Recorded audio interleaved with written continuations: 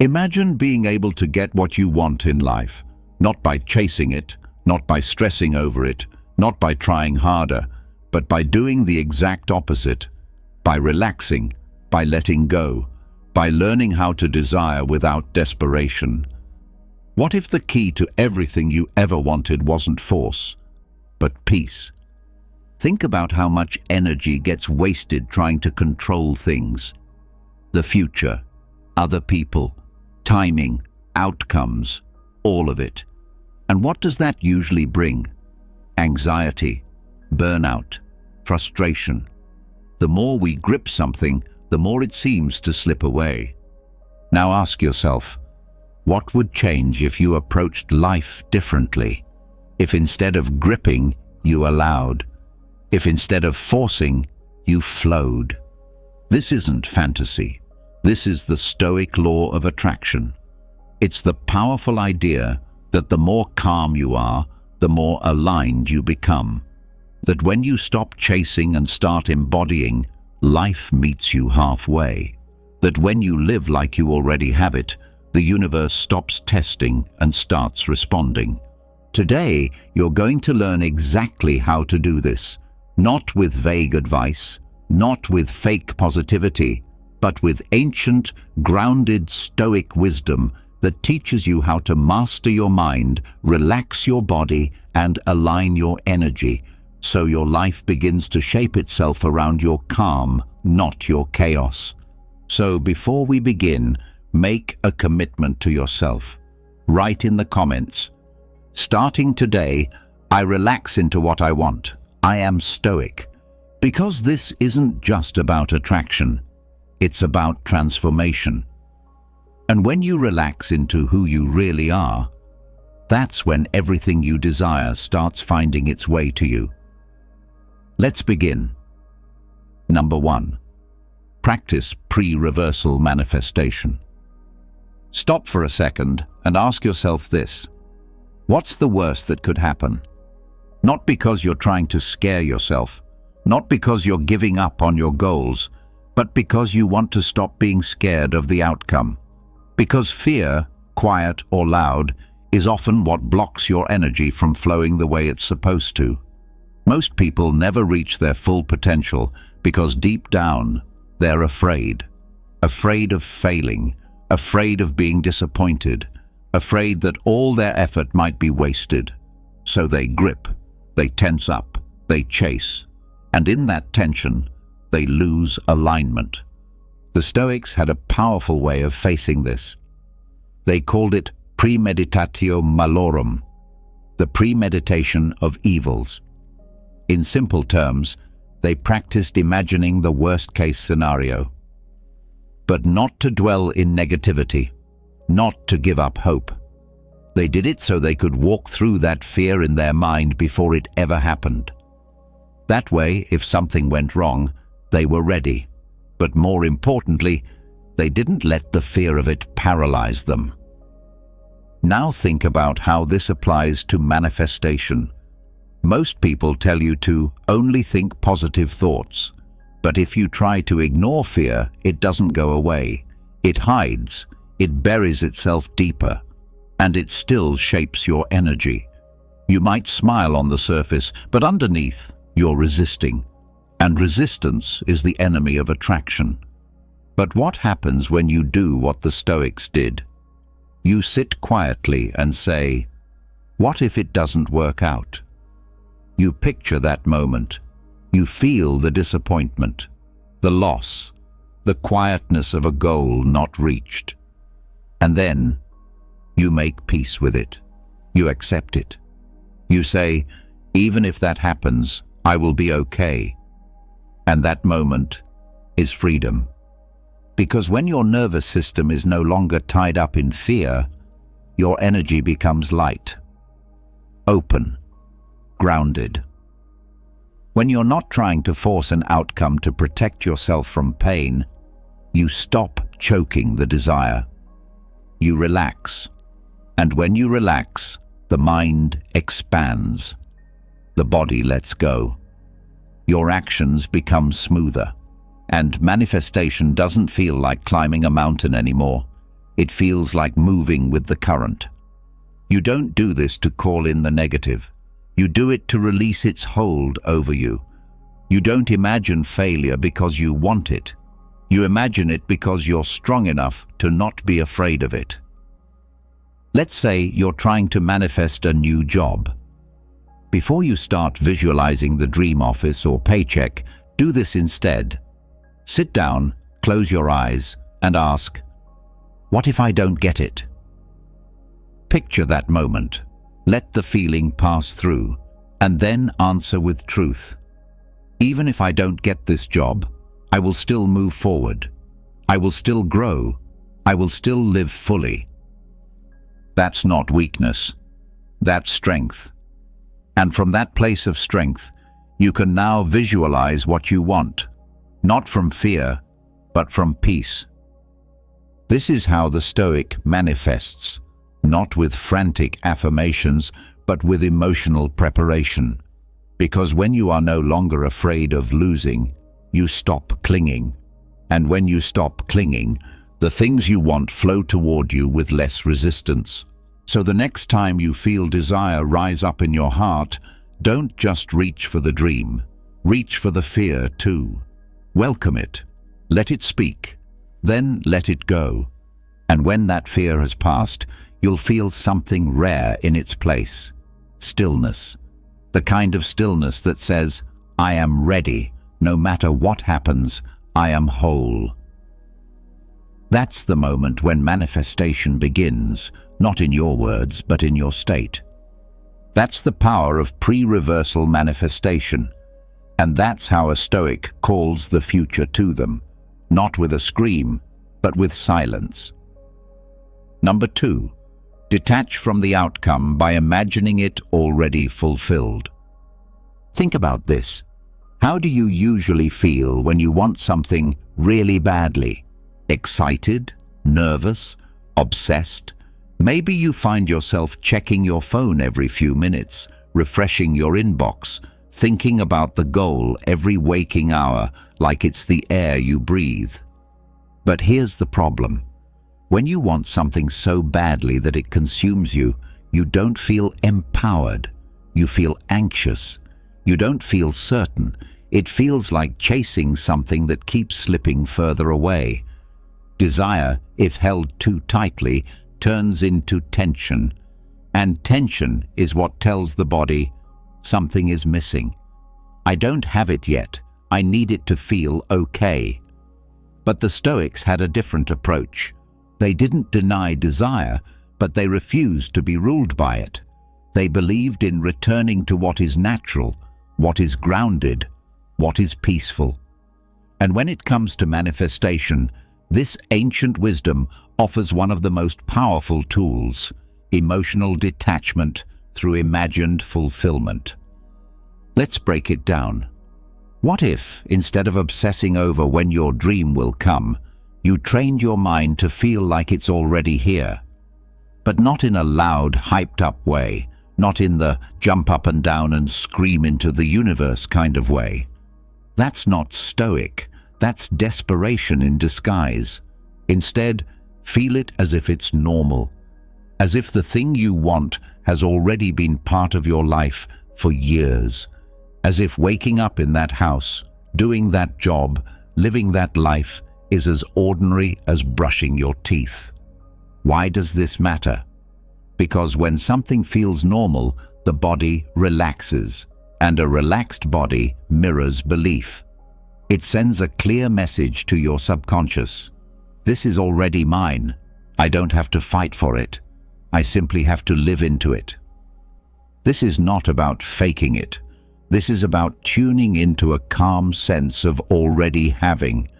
This is embodied neutrality, a state where there's no craving, no clinging, no desperation, just familiarity. The energy of course I have this, instead of, please let me have this. Let's say you're trying to manifest a healthy, loving relationship. You could write down your affirmations over and over, or you could do this. Sit down, breathe deeply, and quietly feel what it would be like if that relationship had already been a part of your life for months. Not just the highs, the daily rhythm, the comfort, the inside jokes, the calmness of cooking together, the normalness of it all. The mind doesn't need hype to believe. It needs consistency. And the more often you return to that relaxed emotional state of fulfillment, the more your body begins to accept it as truth.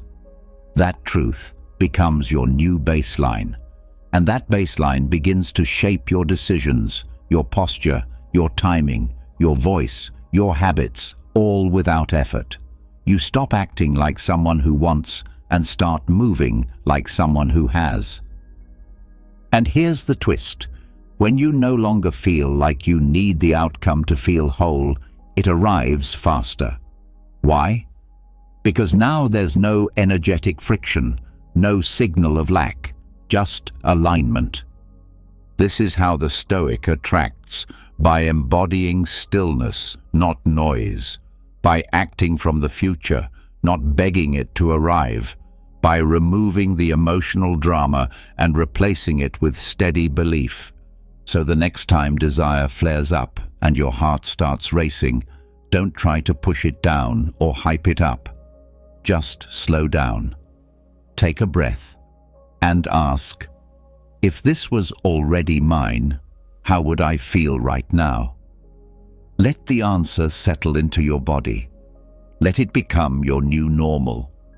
That is the art of detaching from the outcome, not by letting go of the dream, but by holding it with peace instead of pressure. Because when your desire feels like home, it has nowhere else to go. Number 3, reduce mental noise through voluntary simplicity. How many things are you trying to manifest at the same time? A new job, a better body, more money, the dream relationship, a bigger house, the perfect vacation, a higher status, a breakthrough moment, a sign from the universe. 100 silent demands swirling in your mind before you even finish your morning coffee. Now ask yourself, can you even hear your true desire under all that noise? We live in a world that tells us more is better. That to be successful means to chase 5 dreams at once, to hustle non-stop, to multitask life into submission. But the Stoics knew better. Seneca, one of the clearest minds of his time, warned that luxury, meaning excess, not just material things, creates confusion. That the more we chase, the more we dilute our focus. That real power comes not from having everything, but from needing less. This is where voluntary simplicity comes in. It's not about living like a monk or throwing away your belongings. It's about making a choice to reduce your inner and outer clutter so that what truly matters can rise to the surface. Instead of adding more desires to your list, try subtracting. What happens when you stop wanting so much? When you stop chasing everything that looks shiny and start listening to what actually feels aligned. Desire is powerful, but only when it's focused. Otherwise, it becomes a scattered storm of craving. The Stoic approach is clear. Fewer wants, deeper truth. When your mind isn't being pulled in 10 directions, it can finally go deep in one. Imagine this. You're standing at the center of a quiet room. No noise, no distractions, just you, your breath, and the one thing that truly matters to your heart. That clarity, right there, is the launch pad for manifestation. Not stress, not overload, not mental chaos, just calm awareness. When your internal world is simplified, your nervous system settles, your energy stops leaking, your focus sharpens without effort. You stop being a frantic seeker and become a steady receiver. Let's put this into action. Start by stripping your to-do list. Not just tasks, wants. Write down all the things you think you want right now. Then ask, Which of these are real and which are noise? Which goals are just there because someone else made them look important? Which ones are just escape fantasies? Which ones still feel meaningful when everything else is quiet? Now, take the top one or two. Let the others go for now. This isn't quitting. This is realigning. You're not here to manifest a shopping list.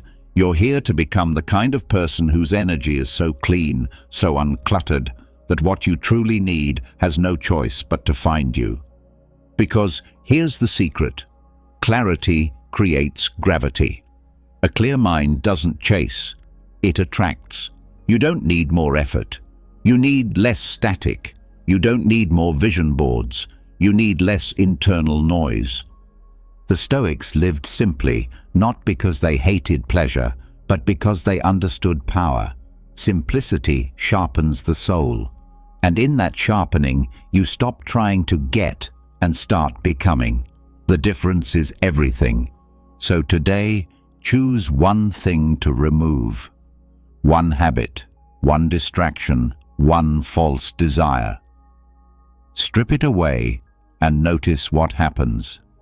Feel the quiet open up inside you. That space is where manifestation begins, not in the frenzy of doing more, but in the stillness of needing less. Because the more you simplify, the more the universe can see exactly where to meet you. Number 4, use Stoic surrender as energetic permission. Let's be honest. How often do you try to force life to go your way? You set a goal, you plan it out, you visualize it, and when things don't move fast enough, you start pushing harder.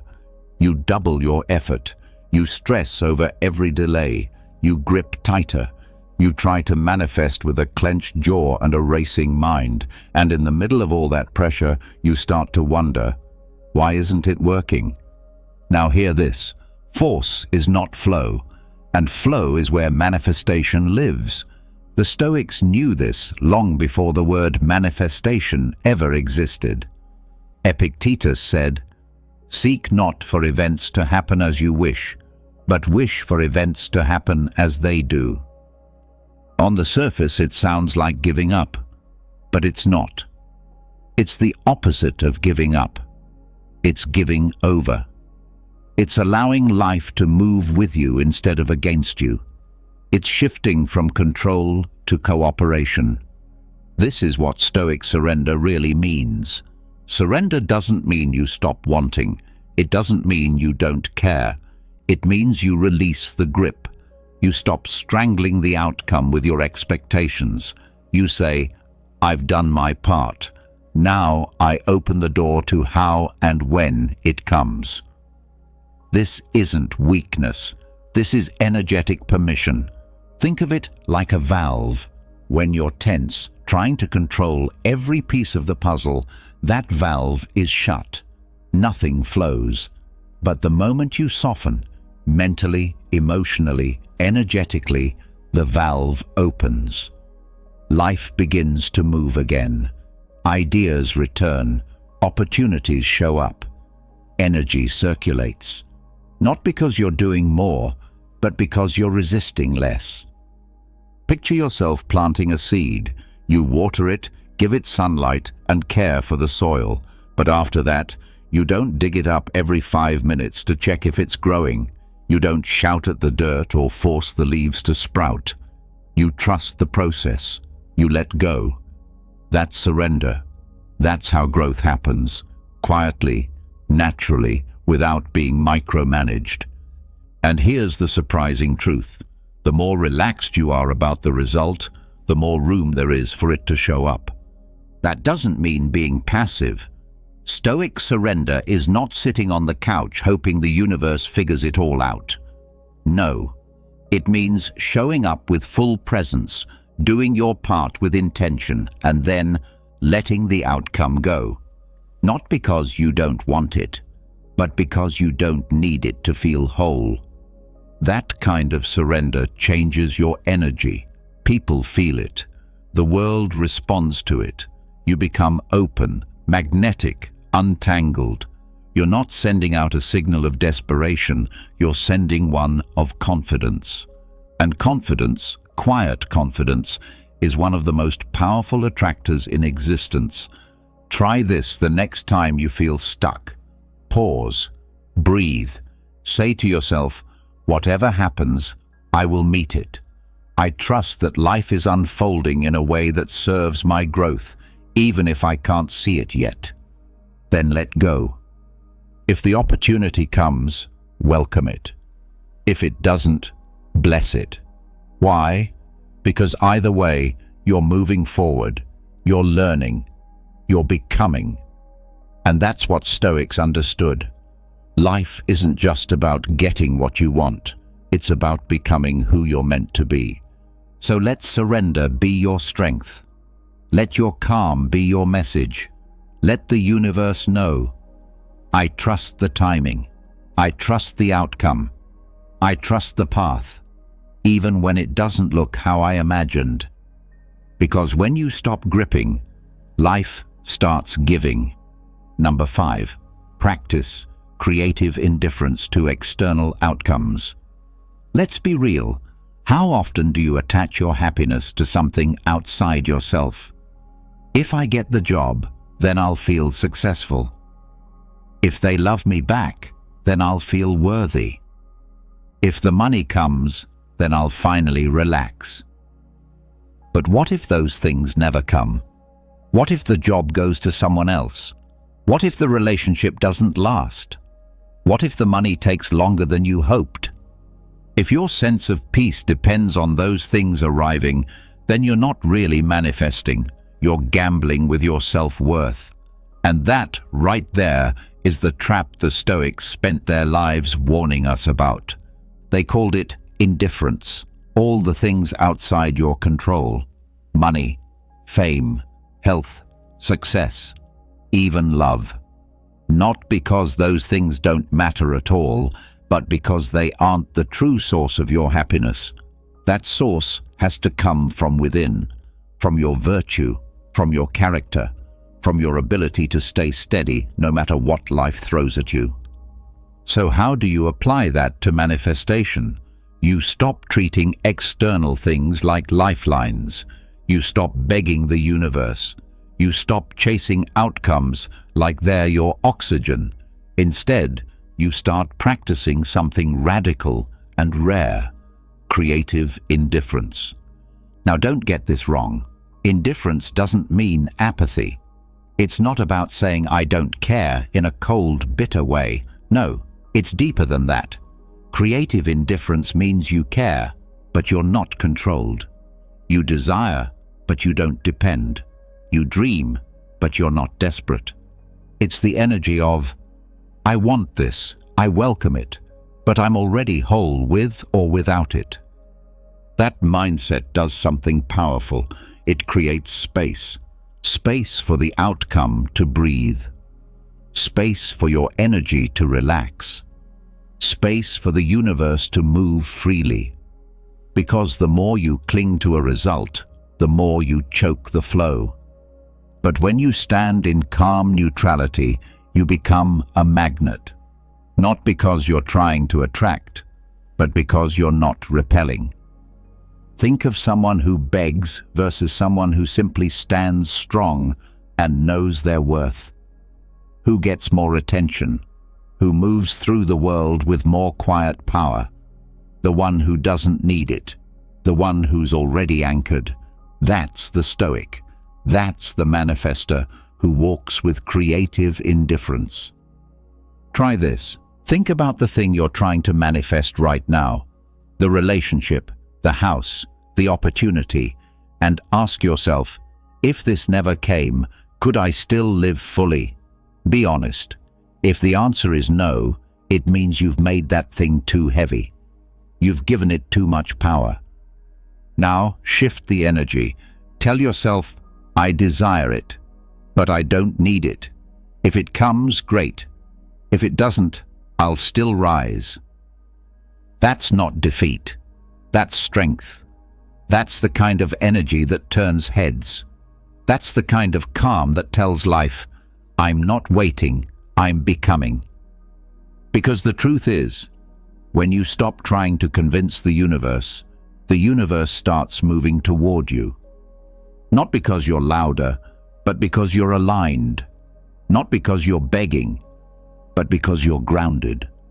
This is creative indifference, not passive, not careless, but calmly powerful.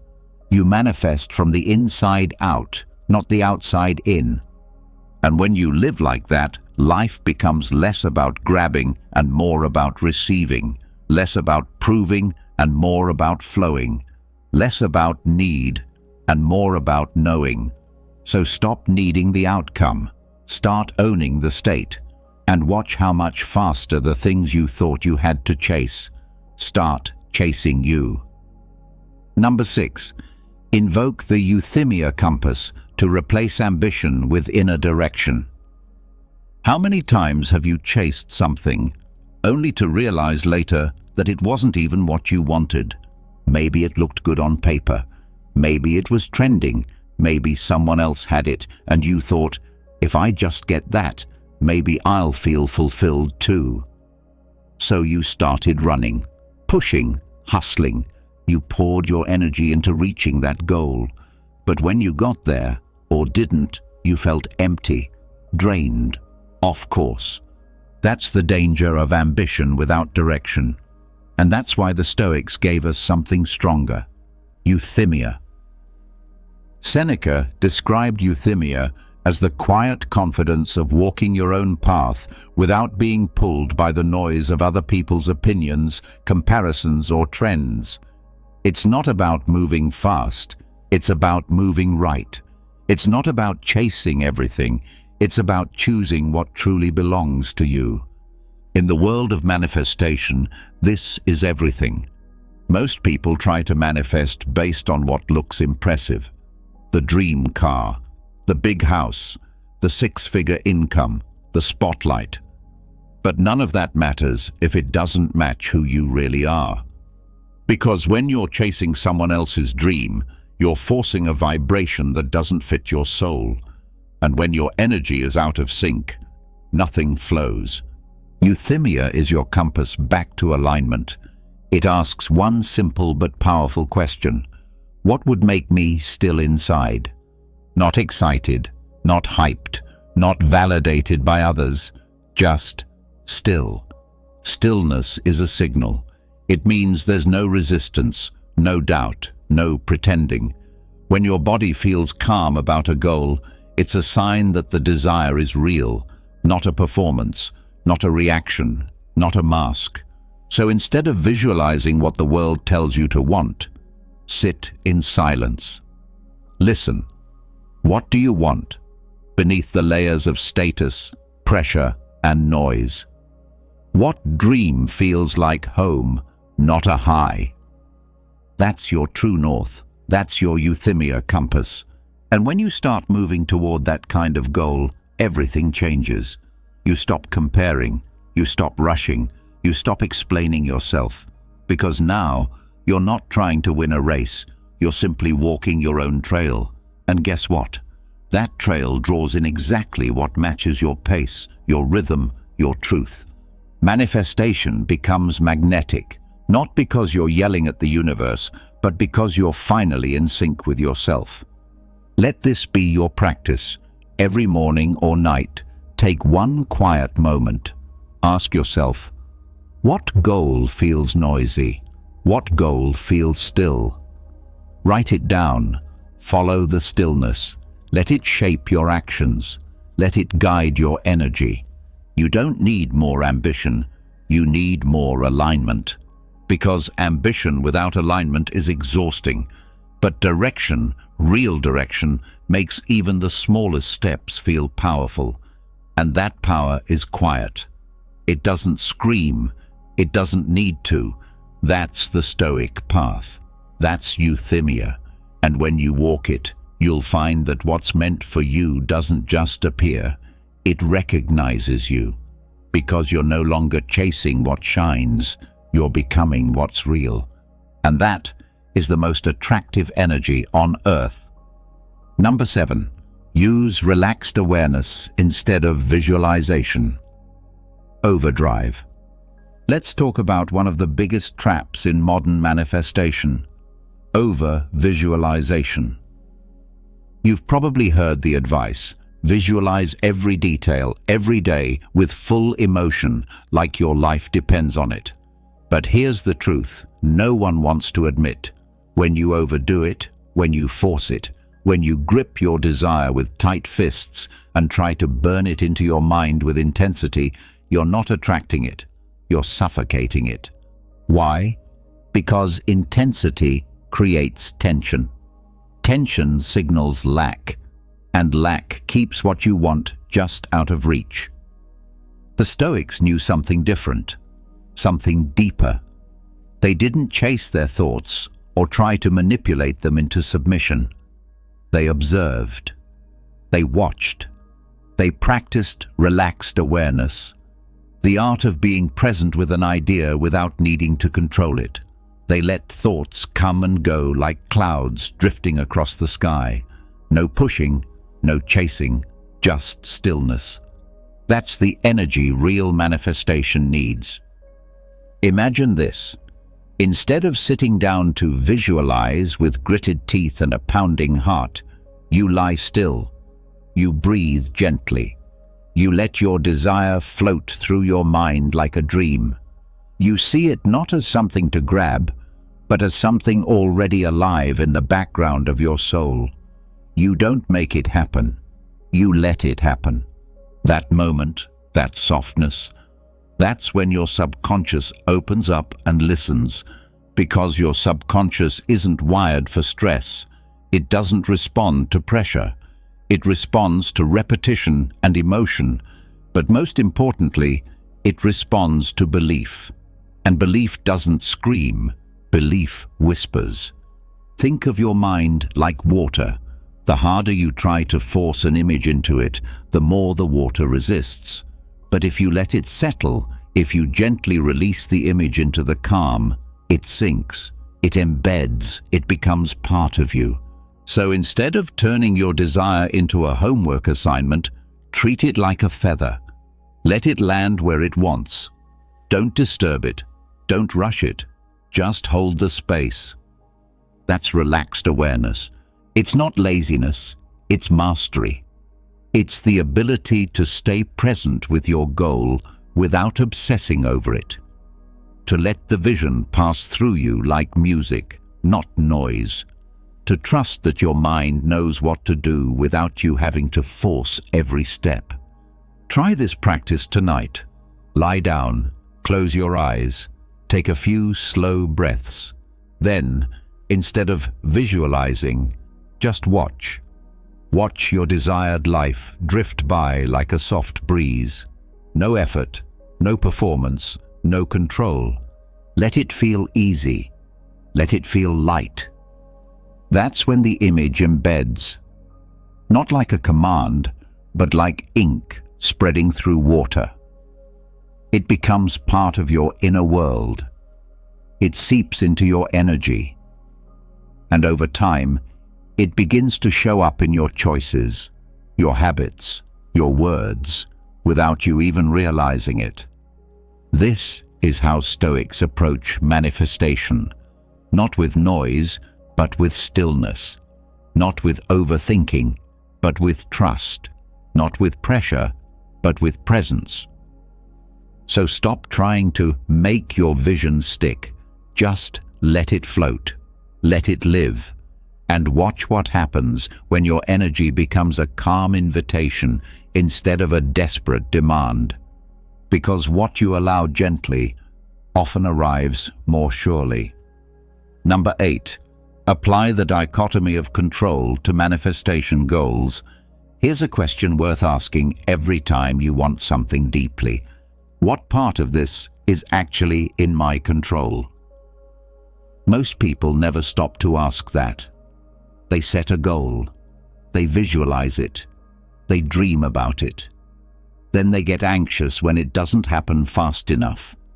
They panic when others don't respond the way they hoped. They get frustrated when the outcome doesn't match the timeline in their head, and without realizing it, they're wasting their energy on everything they can't control, while ignoring the power of what they can. The Stoics had a name for this. They called it the dichotomy of control. It's the simple, life-changing idea that there are two kinds of things in this world: things within your control and things outside of it. Your actions, your attitude, your effort, that's yours. Other people, timing, outcomes, weather, luck, that's not. Now apply this to manifestation. Let's say you want to attract a new job. What can you control?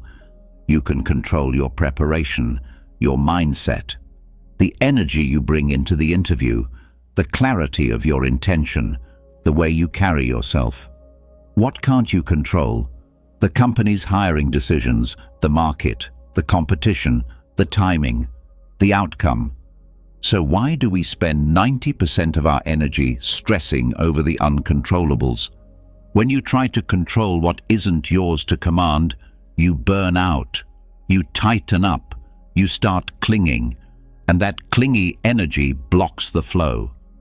But when you focus only on what you can influence, something changes. You relax, you get clear, you start showing up with calm power instead of desperate energy. And ironically, that's when the outcome starts to shift. Because here's the twist. When you stop trying to control everything, you create space for everything to happen. Let's go deeper. Your job is not to force the manifestation. Your job is to become the kind of person who is aligned with it. That means doing your part and letting go of the rest. That means detaching from the exact form or timing the desire arrives in. That means trusting that what's meant for you won't pass you by, and what passes you by was never meant to stay. Try this right now. Take the thing you're trying to manifest. Write it down. Then draw a line down the center of the page. On one side, list everything you can control: your daily habits, your focus, your choices, your emotional state. On the other side, list what you can't: other people's decisions, timing, external events. Now read both lists and let the second list go. Fully. That list isn't your business. Your power lives in the first column. That's where your attention, your energy, and your effort should go. Every time. The Stoics believed that peace came from this clarity. That when you know what's yours to hold and what's not, you stop wasting your strength. You become rooted, centered, free. And that freedom becomes magnetic, because the moment you're no longer trying to control the outcome is often the moment the outcome begins to unfold. Not because you gave up, but because you finally got out of the way. So don't try to manifest with clenched fists. Manifest with open hands. Do your part and surrender the rest. That's the Stoic way. And that's how results become real, not through stress, but through stillness. Number 9. Embrace energetic non-resistance through Amor fati. Let's be honest. How do you usually react when things don't go your way? You set a goal. You visualize the result. You start taking action. And then something happens. A delay. A roadblock. A failure. Suddenly, frustration kicks in. Doubt creeps in. The mind starts spinning stories. Why is this happening? What did I do wrong? Is the universe against me? This inner fight, this resistance, is where most people lose their power. They think they're doing everything right, but deep down, they're at war with life. They only love the outcome if it arrives how and when they imagined it. But the Stoics offer a radically different approach, a freedom-filled concept called Amor fati, the love of fate. Not just acceptance, not just tolerance, but love for everything that happens, even the unwanted. even the inconvenient, even the parts of your journey that don't look like progress. Why? Because when you stop resisting reality, you stop blocking your energy. You move from fight or flight to rest and receive. And that shift changes everything, not just emotionally, but energetically. The law of attraction doesn't work well through clenched teeth. It flows through a relaxed, open system, one that's not at war with what is. Let's break this down. Imagine trying to manifest a dream house. You find the perfect one, make the offer, feel all the excitement, and then it falls through. Most people immediately feel crushed. They tense up, they question everything, they drop into disappointment, maybe even bitterness. But the Stoic breathes, observes, and says, Amor fati. Why? Because they understand something most people don't. That obstacle might not be the end. It might be the redirect, the path to something better, or the lesson that strengthens you, or the delay that protects you from something you couldn't see. By loving what happens, not just tolerating it, but loving it, you remove the internal conflict. You say to life, I trust you. I trust what you're showing me. I trust what's unfolding, even if it doesn't match my plan right now. That trust becomes a new frequency, one of cooperation instead of resistance, and that frequency is magnetic. Think of it like this. The universe is always responding to your energy. If your energy says, I'm only happy if everything goes exactly how I want, then your power is fragile.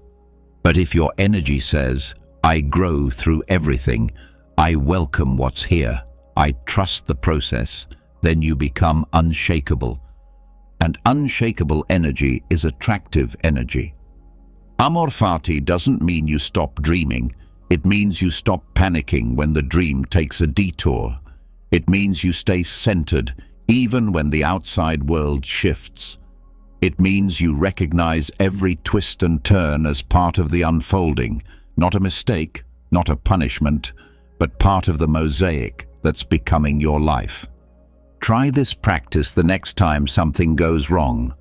Pause, breathe, say softly to yourself, Amor fati. Then ask, what's the lesson here? What's the redirection? How is this working for me, even if I can't see it yet? That question alone breaks the resistance. It opens the door. It tells your nervous system, we're safe here. And when the body feels safe, it stops grasping. It starts receiving. Because manifestation doesn't come through force. It comes through flow. And flow only happens when you're not fighting life. So don't just accept the journey. Love it. Love the mess. Love the mystery. Love the silence between answers. Love the closed doors and the open ones. Because the moment you stop resisting what is, you begin to align with what could be. That's amor fati. That's peace. And that's the state where everything begins to find you without the fight. Number 10. Cultivate low desire frequency by enjoying the present deeply. Let's pause for a moment and ask something simple but powerful. Are you enjoying the life you already have? Or are you just racing toward the one you think will finally make you happy? Because here's the trap most people fall into when they try to manifest. They load their dreams with pressure. They treat the goal like oxygen, like they need it to feel okay, to finally relax, to finally feel full. But high desire, unchecked, burning, frantic desire, creates one thing more than anything else: scarcity. It sends a signal to your mind, to your body, to the universe that says, I don't have enough. And from that frequency, even when something good arrives, it doesn't feel like a gift. It feels like a fix, a temporary escape from the hunger that's never truly satisfied. Now contrast that with what the Stoics believed. Marcus Aurelius, Emperor of Rome, one of the most powerful men in history, didn't write long journals about needing more. He found joy in simple things: a loaf of bread, the way the sun hit the wall, the sound of a wooden cup on a table. Not because he had nothing else, but because he knew the secret.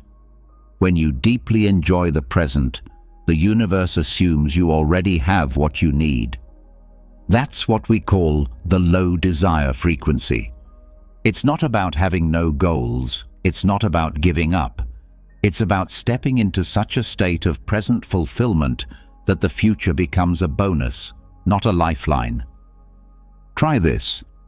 Instead of visualizing the big house or the huge paycheck today, sit with your current moment. Notice the sound of your breath, the weight of your body in the chair, the softness of your clothes, the way sunlight moves across the wall, the taste of your drink, the air on your skin. Let yourself feel that this is enough. Really, let it land. This is enough. That feeling rewires your nervous system. It whispers to your subconscious, "I'm full." And when you feel full, you stop manifesting from a place of desperation. You start manifesting from overflow. Because when you believe you already have enough, what comes next is no longer survival. It's surplus. It's grace. It's extra. And that's when life opens up. That's when blessings start to pour in, not because you begged, but because you were already vibrating at the level of complete. The Stoics understood that the world is always trying to convince us we're lacking, that we need to buy more, chase more, become more. But fulfillment isn't found in the next thing. It's found in your ability to slow down and savor this one. So practice this today. Romanticize the small things. Touch your coffee mug like it's sacred. Listen to the silence between sounds. Feel the calm in your chest when you pause. Smile at the ordinary like it's a miracle, because it is. This isn't delusion. This is spiritual training. And every time you drop into that low desire state, you align yourself with abundance. You tell the world, "I'm not here because I'm empty. I'm here because I'm ready for more," without needing it to feel whole. That's the sweet spot. Not hunger, not hype, but peaceful readiness. And in that peace, everything you once chased begins to walk toward you, because you no longer chase, you invite. You no longer lack, you live. You no longer beg, you become. Number 11. Use Stoic journaling to empty emotional resistance. Ask yourself this: how much of your desire is actually fear in disguise? You want the goal, you want the result. You say you're ready to receive it, but deep down, a quiet voice might be whispering, "What if I don't get it? What if I fail? What will people think? What will happen to me?" That voice, the one you try to ignore, is not your enemy. It's your key. Because the truth is, most people don't struggle with manifestation because they don't want it enough. They struggle because underneath the desire is a wall of emotional resistance, doubt, fear, shame, pressure. All of it sits between the mind and the goal, blocking the flow, jamming the signal. But the Stoics had a method for clearing that space, not by pretending fear doesn't exist, but by facing it with honesty and compassion. That method is journaling. But not the dreamy kind filled with affirmations and wish lists. No, this is a deeper kind of journaling, Stoic journaling. It's a practice of examination, not escape. It starts with two simple questions. 1. What do I fear about not having this goal? 2. What if not having it is actually okay? These questions dig. They cut through the fog. They reveal the hidden emotional knots that keep you stuck in cycles of want, tension, and delay. Let's break this down. When you write the first question, "What do I fear about not having this goal?" you give your subconscious permission to speak. Maybe the answer is, "I'll feel like a failure," or "People won't respect me," or "I'll never be safe." These aren't silly fears, they're real, and they shape how you move. They create the background tension in your energy. They are the quiet static blocking your signal. But once they're written down, seen, heard, and acknowledged, they lose power. You realize, okay, that fear exists. I don't need to hide from it. And with that awareness, you begin to soften. Then comes the second question. What if not having it is okay? This is where peace enters. This question invites your nervous system to relax, to breathe, to remember that you are already whole, that your worth isn't tied to a result, that life is still happening, even without the perfect timing or perfect outcome. And in that relaxed space, resistance melts. You stop clinging. You stop trying to force the universe into your timeline. You realign with the present. That's the real power of Stoic journaling. It's not about scripting your dream life. It's about clearing out the noise that says you're not enough without it. When you journal like this consistently, morning or night, even just for 5 minutes, you start to feel lighter, cleaner. Not because your external world has changed yet, but because your internal world is finally in order. And when your internal world is aligned, the external begins to reflect it. The channel is open. The frequency is clear. The energy flows freely from you to the world and from the world back to you. So don't journal to dream. Journal to empty. Don't journal to impress yourself. Journal to understand yourself. Don't journal to control outcomes. Journal to release resistance. Because when your soul is clear, the manifestations you've been waiting for don't have to fight through fear to find you.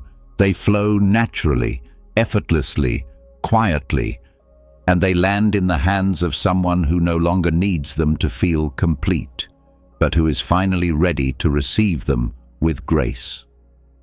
Number 12. Apply the law of reversal effortlessly. Have you ever noticed that the harder you chase something, the further it seems to run? You try, you plan, you push, you stay up late and wake up early, you visualize, you repeat your affirmations until your jaw aches, but still, nothing. It doesn't show up, or it does, only to slip away again. That's not bad luck. That's the law of reversal in action. It's the strange truth that some things in life don't move toward pressure. They move away from it. And the more you chase them with desperation, the more you signal that you don't yet have what you seek, that you don't yet believe you're the kind of person who naturally receives it. The Stoics understood this deeply. They didn't run after success. They didn't cling to outcomes. They focused on becoming, not grabbing. They knew that the only thing worth controlling was the self, and that when the self aligns, results follow. So instead of obsessing over, how do I get what I want, they asked, what kind of person do I need to be for that desire to be natural? Let's say you want to manifest wealth. Instead of chasing money, become the person who money would naturally be drawn to. Someone who manages it well, who provides value, who lives in alignment with abundance, even if it's not in the bank yet. Because when your identity matches your goal, the goal has no resistance to entering your life. Here's the metaphor. Imagine trying to get a bird to land on your hand. If you run at it, flailing and shouting, it flies away. But if you sit calmly, open-handed, still, it might come to you, gently, quietly, willingly. Desire is the same way. If you hold on too tightly, you create tension. You build emotional walls. You vibrate with lack. But when you relax into the outcome, when you move and think and live like the person who already fits that life, you stop chasing and you start attracting. This doesn't mean you do nothing. Stoic manifestation isn't laziness, it's alignment. It means shifting the focus from getting to being, from asking, how can I get this, to how can I embody the version of myself who naturally has this? Ask yourself today, what would I do if I already had what I wanted? How would I move? How would I speak? How would I treat others? How would I treat myself? Then, start doing it now, not later, not when the manifestation shows up.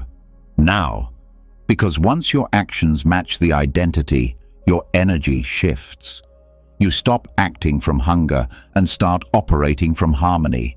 You stop grasping for proof and start offering presence. And that energy, that calm, confident embodiment, is irresistible. The law of reversal teaches this. When you chase, you create separation. When you become, you close the gap. The future you want stops being a far-off fantasy and becomes a reflection of who you are right now. So don't force your desires. Don't grip them like they're your lifeline. Invite them. Live like they're already part of your world. Smile like someone who's already at peace. Speak like someone who doesn't need permission. Walk like someone who doesn't wait to become the real version of themselves. Because when your identity fits the outcome, there's no more resistance. And when there's no more resistance, there's nothing left to chase, only to receive. Number 13. Use breath as the manifestation anchor.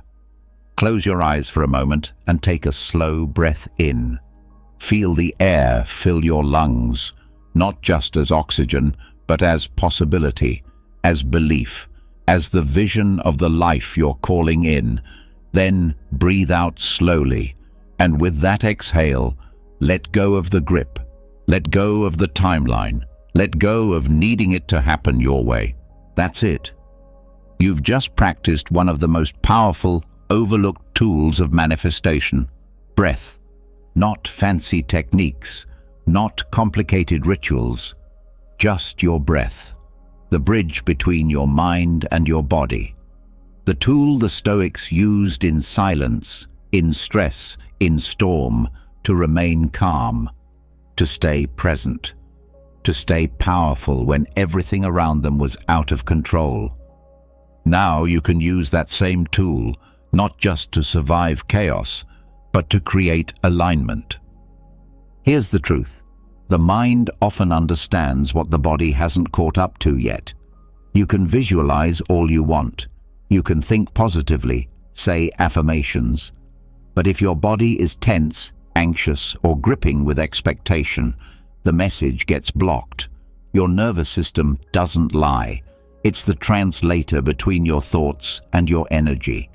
That's where breath comes in. Breath is how we move from knowing into being. It's how we ground ideas into experience. It's how we take the abstract dream and begin to embody it, rhythmically, gently, deeply. Try this.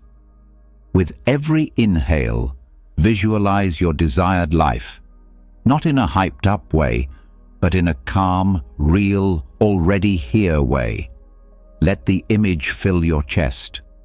With every exhale, release attachment to the outcome. Let go of the when, the how, the pressure. Let your shoulders drop. Let your mind quiet. Let your grip loosen. Repeat, slowly, naturally, not once, not frantically, but as a loop, a breath pattern, a rhythm. This rhythm does something powerful. It sends a signal to your subconscious. This desire is safe. I don't have to fight for it. I'm already becoming it. The Stoics mastered this during moments of tension. In war, in loss, in leadership. They didn't always have control over what was happening, but they always had control over how they breathed through it. That breath gave them presence. That presence gave them clarity. That clarity gave them power. Now imagine using that same principle, not just to endure difficulty, but to anchor your manifestations. Every breath becomes a message. Every breath becomes a bridge. Every breath becomes a commitment, not to chase, but to become. This is not meditation. This is embodied manifestation. The art of relaxing into belief instead of performing it. Because the more you breathe with intention, the more your body begins to believe, this is who I am now. Not someone waiting for a breakthrough, but someone who already is the breakthrough. And when the breath becomes rhythm, the rhythm becomes alignment. And alignment always creates results, not by accident, but by design. So use your breath as your anchor. Inhale your vision. Exhale your grip. Let that loop run quietly in the background of your day, while driving, while walking, while waiting, while creating. Because the person who breathes like they already have it is the person who's ready to receive it. And in that calm cycle of inhale and release, you're not just visualizing the life you want, you're becoming it, one breath at a time. Number 14, reframe waiting as manifestation in motion. How do you feel when things take longer than expected? You do the work, you set the intention, you visualize, you stay aligned, and then silence. Days turn into weeks, weeks turn into months, and still no sign of your goal, no message, no movement, just that long, uncomfortable space we call waiting. But what if that silence wasn't empty? What if it wasn't failure or punishment or rejection? What if that silence was actually part of the plan? The Stoics didn't fear waiting. They understood it. To them, time wasn't the enemy. It was the teacher. It was the forge. It was the quiet space where real transformation took place. They saw delay not as denial, but as development. This is where your mindset about manifestation must shift. Because many give up not because their desire was impossible, but because they misunderstood the stillness. They saw the pause as absence, as nothing happening, as proof that maybe they weren't good enough, aligned enough, worthy enough. But that's not how reality works, and that's definitely not how nature works. Think of the caterpillar. When it enters the cocoon, it doesn't beg for progress. It doesn't pound against the walls, screaming, "Where are my wings?" It simply softens. It melts. It surrenders completely into the process. And in that surrender, change unfolds, quietly, invisibly, but powerfully. The Stoic knows this. Waiting is not the absence of manifestation. It's the proof that manifestation has begun. Because once a seed is planted, what happens next? Nothing. On the surface. But underground, transformation, germination, roots digging deep to create a stable foundation. That root work isn't visible, but it's essential. Without it, the plant can't survive. Without it, the blossom never arrives. The same is true for your goals. When nothing seems to be happening, everything is happening. The delay is shaping you, deepening you, teaching you to hold the energy of your desire without breaking under its weight, preparing you to receive it without losing yourself in the process. So instead of asking, "Why is it taking so long?" ask, "What is being built right now inside of me?" Because manifestation isn't a vending machine. You don't insert a visualization and receive an outcome on demand. You enter into a process, a rhythm, a natural unfolding. And part of that process is becoming the version of yourself that can carry the thing you've asked for. Waiting is not wasted time. Waiting is alignment time. Waiting is the final step most people abandon too soon. The Stoic doesn't rush. The Stoic doesn't panic. The Stoic breathes through the unknown and says, this too is part of it. So when you find yourself in the in-between, shift your energy. Instead of, I'm still waiting, say, I am becoming. It's already working. The roots are growing, even if I can't see them yet. That mindset changes everything. It brings peace where there was pressure. It invites trust where there was tension. And that peace is the proof that your nervous system is finally aligned with your goal. Because when you stop resisting time, you start receiving from it. So don't fear the quiet season. Don't rush the cocoon. Let it hold you. Let it shape you. Let it do what it was designed to do. Because the moment you embrace the wait, not as punishment, but as preparation, is the moment your manifestation moves from wishful thinking to inevitable becoming. Number 15. Practice negative visualization for emotional freedom. Here's a thought that might sound strange at first. What if you imagined never getting what you want and still felt completely at peace? Not in a bitter, I give up kind of way. Not in apathy or emotional shutdown, but in wholeness, in quiet freedom, in a state where your heart is still open, but your identity is no longer chained to the outcome. This isn't a trick to make yourself numb. It's not spiritual detachment dressed in denial. This is one of the rarest and most liberating Stoic practices of all. Negative visualization, the art of imagining the absence of your desire and still being whole. The Stoics used it not to make life darker, but to make the soul lighter. Why? Because most suffering doesn't come from not having what you want. It comes from needing it so badly that you start to believe you can't be okay without it. That mindset, deep, hidden, and often unconscious, is the block. It's the hunger in your frequency, the tension in your energy, and that tension pushes the very thing you're reaching for even further away. But when you practice negative visualization, something beautiful happens. The need dissolves. Let's break it down. Every few days, close your eyes and imagine not getting the job, not meeting the soulmate, not moving into the dream house, not receiving the big yes you've been waiting for. Now pause there. Notice what comes up. The fear, the disappointment, the sadness. Let it rise, let it speak, and then go deeper. Ask yourself, if that never happened, could I still live a good life?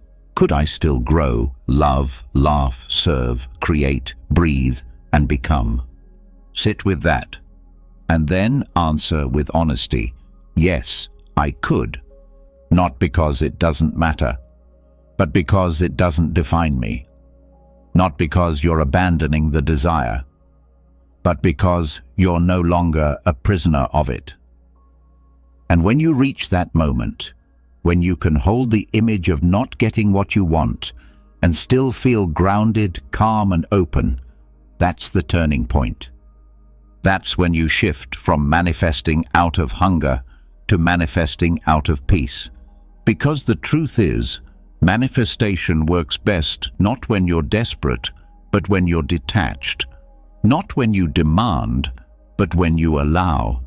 Not when you're chasing, but when you're radiating. The Stoics didn't run from loss. They rehearsed it, mentally, gently, so that if it came, they wouldn't be broken.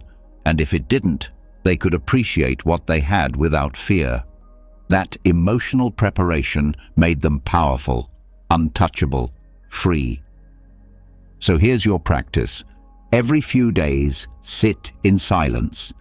Picture your biggest goal. Now let it go. Imagine it never arriving, and say, even without it, I am still whole. Breathe into that space. Feel the calm return. Feel the tension melt. Feel your soul soften and expand. That softness is the sign. That's when your nervous system stops gripping. That's when your energy stops leaking. That's when your desire stops being a rescue mission and becomes an offering. That's when life begins to respond. Because when you no longer need the thing to complete you, you're finally ready to receive it. This is manifestation at its highest level, not from craving, but from clarity. Not from lack, but from love. Not from hunger, but from deep, steady peace. And in that peace, everything begins to arrive. Not because you fought for it, but because you no longer need to. When you finally stop chasing, something begins to shift. When you stop gripping, life softens. When you stop begging, your energy expands. And when you stop needing, the door opens. That's the Stoic law of attraction. Not about forcing the world to bend to your will, but about bending your inner world into harmony, so that what you desire feels drawn to you, not pushed away. You've now seen what most people miss. That pre-reversal clears fear before it grips you. That detachment creates space where craving once lived. That simplicity sharpens desire into truth. That surrender is not weakness, it's alignment. That stillness is not stagnation, it's direction. That your breath, your journal, your calm, and your patience are not background tools. They are the practice. You don't manifest through obsession. You manifest through embodiment. You don't get what you scream for. You get what your energy quietly believes is already yours. So take this with you. You are not lacking. You are not late. You are not behind. You're just being prepared to receive without resistance. And the moment you relax, not into giving up, but into deep trust, is the moment everything changes. Now it's your turn. Drop a comment below and complete this sentence. Starting today, I relax because... Let's see what truths rise when the tension drops. And if you felt something shift in you, if this message hit where it needed to, make sure to subscribe for more Stoic tools, mindset rewires, and life-changing perspective shifts. Because this isn't just content. This is the practice of becoming the kind of person who no longer waits to feel aligned, but lives that way, every day. Have you ever imagined a world where everything you desire becomes a reality? A world where your goals, dreams, and aspirations are not just possibilities, but tangible outcomes? If so, you've come to the right place today. Let's talk about a powerful secret that can help you make that vision a reality. It's not magic or a trick, but rather a life philosophy, Stoicism. Stoicism teaches us the importance of focusing on our actions, reactions, and mindset. It shows us how, by adopting this philosophy, we can transform our reality and create remarkable changes in our lives. In this video, we will explore 15 Stoic principles that can help you do just that. Each key principle will be explained in detail, accompanied by a quote from a Stoic philosopher to illustrate its meaning. So, sit back, relax, and prepare for a deep dive into the essence of Stoicism. Before we continue, I would really appreciate it if you could give this video a like to help it reach more people. And if you don't want to miss any of my upcoming videos, make sure to subscribe and hit the notification bell. The first Stoic principle we'll discuss is ataraxia. Ataraxia is a Greek term that translates to inner peace or imperturbability. The Stoics believed that true happiness does not lie in external pleasures or in seeking the approval of others.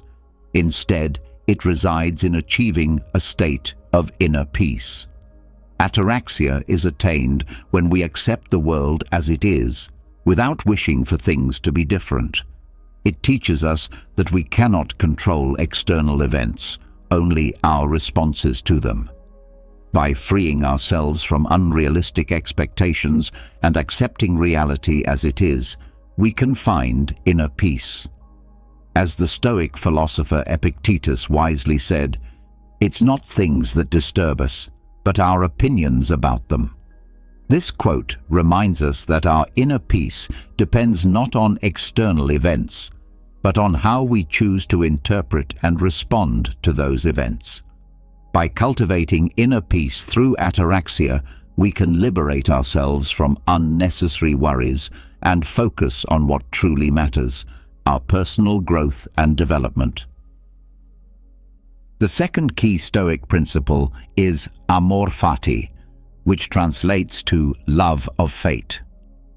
This concept encourages us to embrace and love everything life brings, both the good and the bad. Rather than resisting challenges or lamenting adversities, the Stoics teach us to accept them as part of our journey. Amor fati is the practice of viewing each event in our lives, no matter how difficult, as something necessary and beneficial for our growth. It's about understanding that every experience has a purpose, and even the painful or challenging moments can offer valuable lessons. The Roman emperor and Stoic philosopher Marcus Aurelius once said, "Accept what comes to you woven in the pattern of your destiny, for what could be more suited to your needs?" This powerful quote reminds us that every event in our lives is exactly what we need at that moment to learn, grow, and evolve. By embracing Amor fati, we can see each challenge as an opportunity for growth and each adversity as a lesson. This mindset allows us to focus on ourselves and our personal development, rather than becoming trapped in resistance or regret. The third key Stoic principle is prosoche, which means mindfulness. The Stoics placed great importance on living in the present moment and being mindful of our actions and thoughts. Prosoche is the practice of being fully aware and present in each moment, paying attention to our actions, thoughts, and emotions without judgment. It's the realization that we only have control over our actions and reactions in the present moment, and that our focus should be on doing the right thing now. As Epictetus once said, "Don't ask for things to happen the way you want them to, but wish for things to happen as they do, and you will be happy." This quote reminds us that we must accept reality as it is and focus our attention on our own actions and reactions. By practicing prosoche, we can learn to live in the present moment, directing our energy toward what we can control, our own actions and responses. This mindfulness helps us concentrate on our personal development, rather than worrying about things beyond our control. The fourth Stoic principle is eudaimonia, which translates to the good life or happiness. The Stoics believed that true happiness is not found in fleeting pleasures or in accumulating wealth, but in living a life of virtue and fulfillment. The good life, according to Stoicism, is one where we align our actions with our values, live with integrity, and focus on the cultivation of our inner character. The pursuit of eudaimonia is not about seeking external rewards, but about living in accordance with our true nature and striving for excellence in everything we do. This principle teaches us that happiness arises from living a meaningful and purposeful life, where we are guided by wisdom, courage, and virtue. Through the practice of eudaimonia, we learn to focus on what truly brings lasting joy and fulfillment, rather than being distracted by superficial desires or material success. The Stoics believed that genuine happiness is not found in fleeting pleasures or the accumulation of material wealth, but rather in living a life of virtue and purpose. Eudaimonia, which translates to the good life or happiness, is attained by aligning oneself with nature.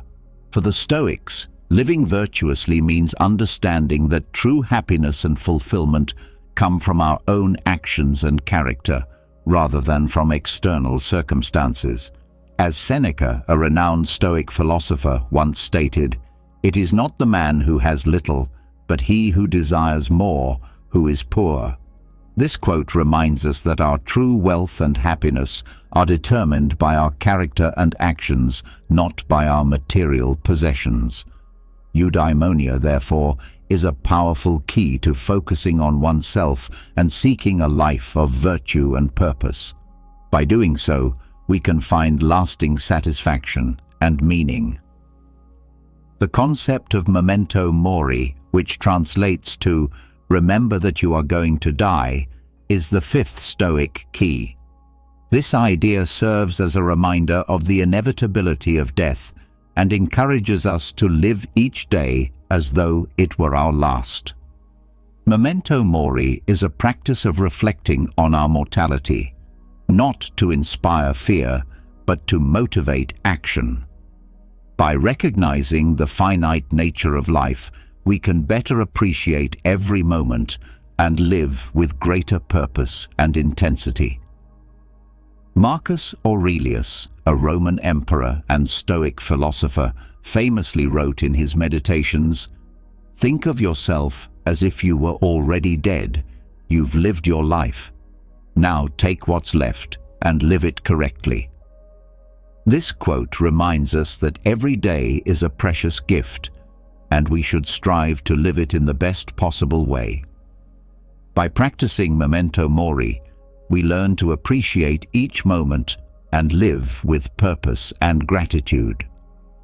This perspective enables us to focus on ourselves and our personal growth, instead of being distracted by things beyond our control.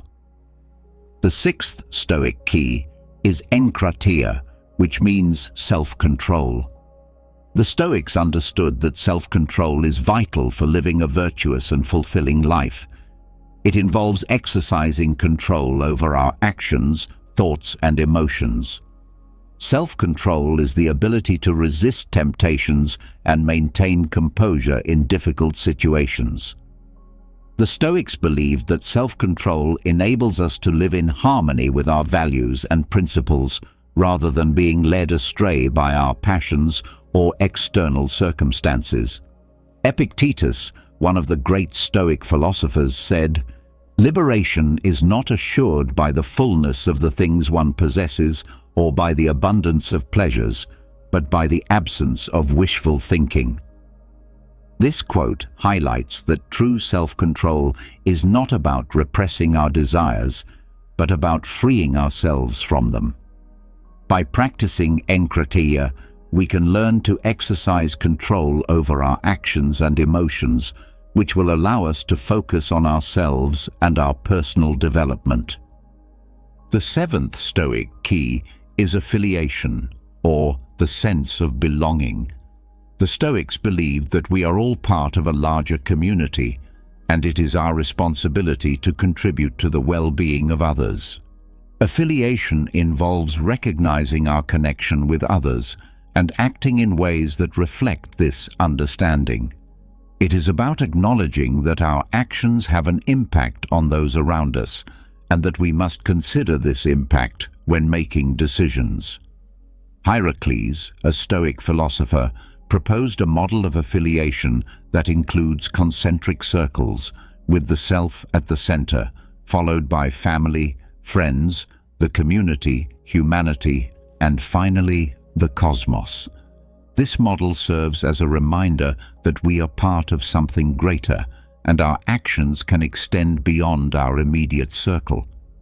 By practicing affiliation, we learn to consider the effect our actions have on others and contribute to the well-being of our community. This perspective allows us to focus on our personal development while also contributing to the greater good. The eighth Stoic key is love for humanity. The Stoics emphasize the importance of kindness and generosity towards others. Practicing kindness and generosity means acting with goodwill without expecting anything in return. It is the understanding that we are all part of the same human community, and we have a responsibility to care for and support one another. Seneca, another famous Stoic philosopher, said, "Wherever there is a human being, there is an opportunity for kindness." This quote reminds us that, regardless of the circumstances, we always have the chance to act with kindness and generosity. By practicing this, we can learn to be kind and generous, which allows us to focus on our own personal growth while also contributing to the well-being of others. The ninth key of Stoicism is moderation. The Stoics emphasize the importance of living a balanced life and avoiding excesses. This practice involves seeking equilibrium in all areas of life, recognizing that indulgence in either pleasures or difficulties can ultimately lead to unhappiness and suffering. Epictetus, a renowned Stoic philosopher, remarked that true wealth lies not in the abundance of possessions, but in having few needs. This insight reminds us that genuine happiness and wealth stem from leading a life of balance and moderation, rather than from accumulating material goods or pursuing fleeting pleasures. By embracing this concept, one can learn to find balance in life and avoid extremes, helping to focus on personal growth and development. The 10th key of Stoicism is the ability to differentiate between what we can control and what we cannot. The Stoics believed that the key to living a peaceful and fulfilling life lies in concentrating on the aspects that are within our control and accepting the things that lie beyond our influence. This practice entails recognizing the distinction between our own actions and thoughts, which we can govern, and external events, which we cannot. It is important to understand that while we cannot control what happens to us, we can control how we respond to those events. Epictetus famously stated, "It's not the things that disturb us, but our opinions about things." This quote emphasizes that our peace and happiness depend not on the events themselves, but on our interpretation and response to them. By practicing this principle, we can learn to focus on the things we can control and accept what we cannot, thus fostering personal growth and development. The 11th key of Stoicism is the forecasting of potential challenges or adversities, also known as premeditatio malorum. The Stoics encourage the regular practice of mentally preparing for difficulties that may arise in the future. This exercise is not about fostering pessimism, but about being ready and having a plan in case things do not go as expected. A famous Stoic philosopher once said, "The wise man always considers that adversity is possible and therefore prepares himself to face it." This teaching reminds us that wisdom is not found in hoping for the best, but in preparing for the worst. By practicing this, we can learn to anticipate challenges and maintain composure even in the most trying situations. This mindset will help us remain calm and focused on our personal development. The 12th Stoic key is universal connection, which reflects the Stoic belief that we are all part of a larger whole and that our actions are intrinsically linked to the universe. This practice involves recognizing our connection to the cosmos and acting in harmony with it. It is important to understand that our actions affect the universe and that we must consider this impact when making decisions. Marcus Aurelius, the Roman emperor and Stoic philosopher, wrote, "What is not good for the hive is not good for the bee."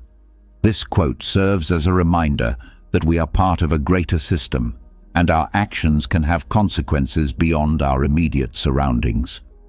By practicing this principle, we can learn to consider the impact of our actions on the universe and contribute to the well-being of the global community. This perspective will allow us to focus on personal growth while understanding our role within the larger context of the universe. The 13th Stoic key is arete, which translates to excellence of character. The Stoics believe that the ultimate goal of life is to develop a virtuous character and live in accordance with nature. Arete is the practice of cultivating virtues and living according to our values. It involves recognizing that true happiness and fulfillment are found not in external circumstances, but in our actions and character. Epictetus, a Stoic philosopher, famously said, "Don't look to have events happening as you want. If you don't want events to unfold as they happen, you will have a life at peace." This insight reminds us that peace and happiness come from how we interpret and respond to life's events, rather than from the events themselves. By practicing arete, we can learn to cultivate a virtuous character and live in alignment with our values, which fosters personal development and fulfillment. The 14th Stoic key is duty. The Stoics taught that each of us has a duty or moral responsibility toward ourselves and others. This practice involves fulfilling our obligations and responsibilities, not out of fear of consequences or obligation, but from a sense of moral duty. By understanding and embracing our duty, we are able to live a life of integrity and contribute to the well-being of those around us. Through this principle, we learn to align our actions with our ethical values, fostering both personal and communal growth. Marcus Aurelius, the Roman emperor and Stoic philosopher, wrote in his Meditations, "Do what is in harmony with the nature of a good man." This quote reminds us that our duty is to live in alignment with our nature and to lead a life of virtue. By practicing this principle, we can learn to fulfill our duties and responsibilities in ways that are harmonious with our values and principles. This perspective allows us to focus on personal growth and development while contributing to the well-being of others.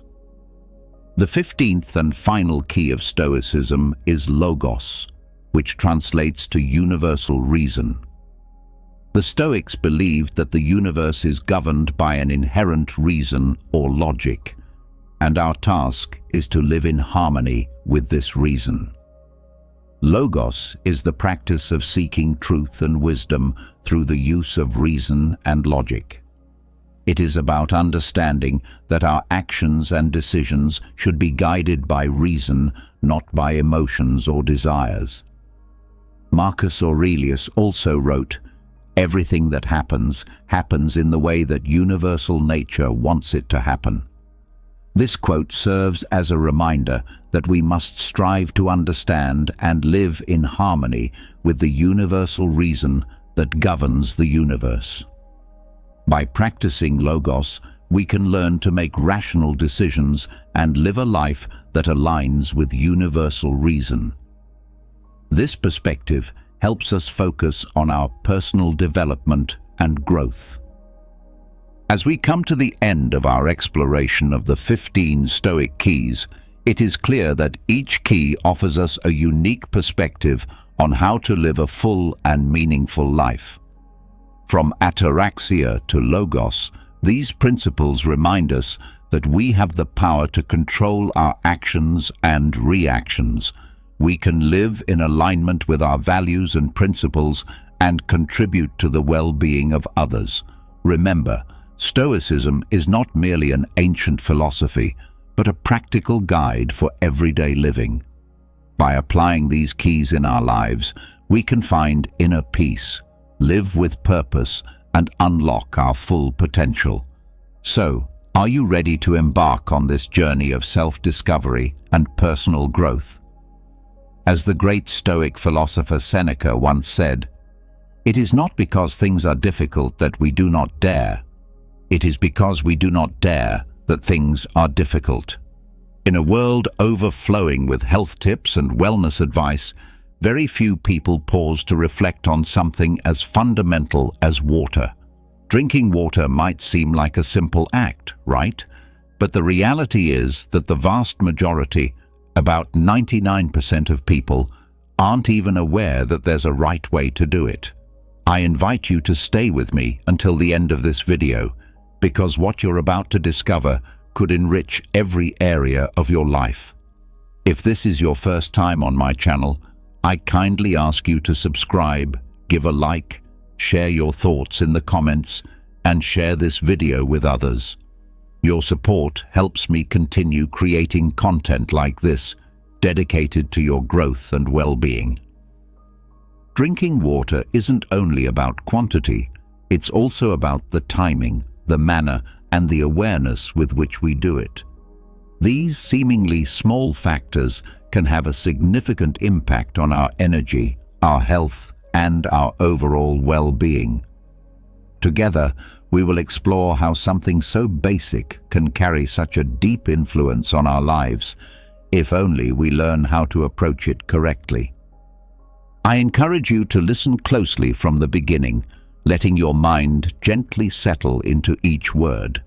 It's important to watch this video all the way through, as every part holds insights essential to your personal development.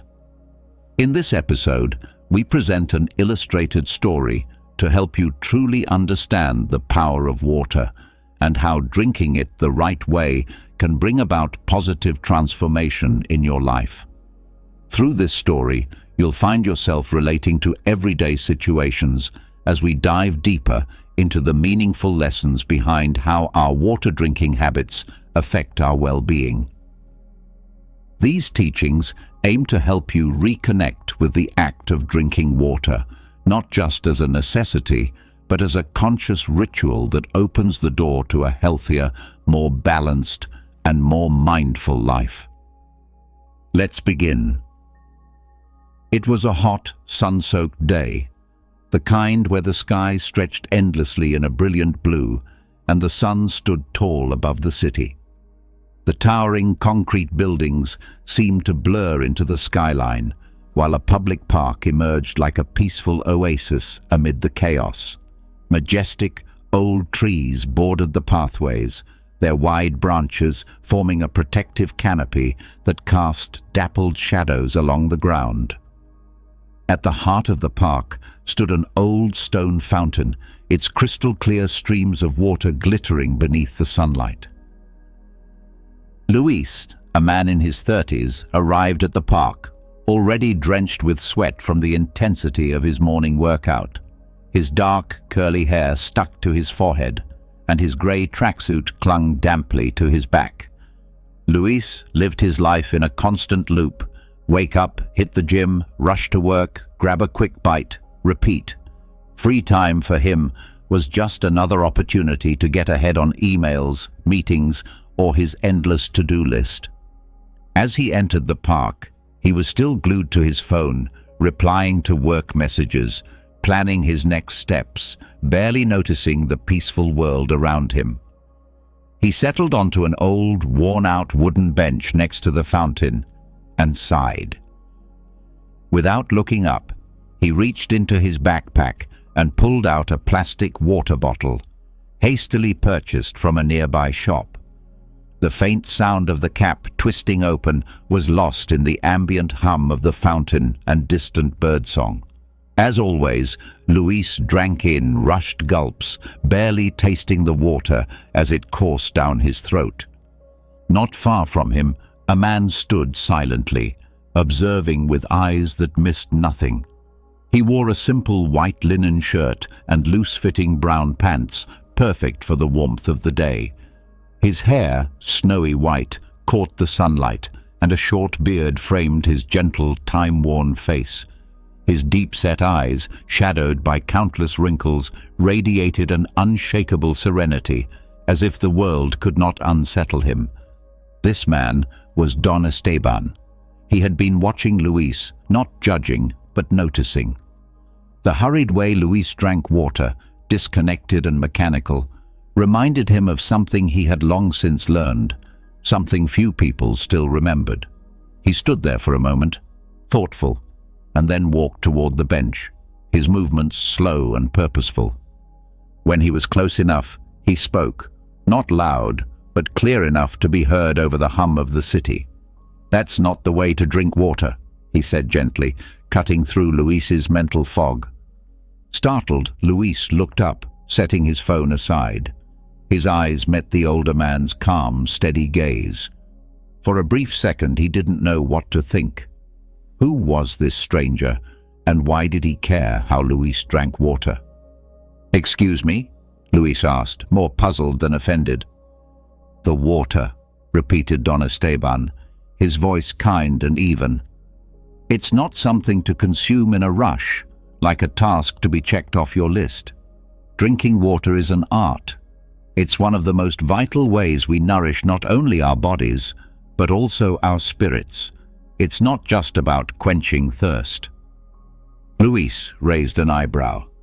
He had heard his share of unusual philosophies in his time, but this, calling water, drinking an art, sounded like something lifted from the pages of a self-help book. Still, something about the old man's presence made it hard to dismiss. He wasn't dramatic or eccentric or trying to preach. He simply seemed to know something that Luis didn't. "I didn't know there was a right way to drink water," Luis replied, his tone skeptical but open. "That's exactly the problem," Don Esteban said with a small smile. "In today's world, we've forgotten the simple things. Everything has become rushed and transactional.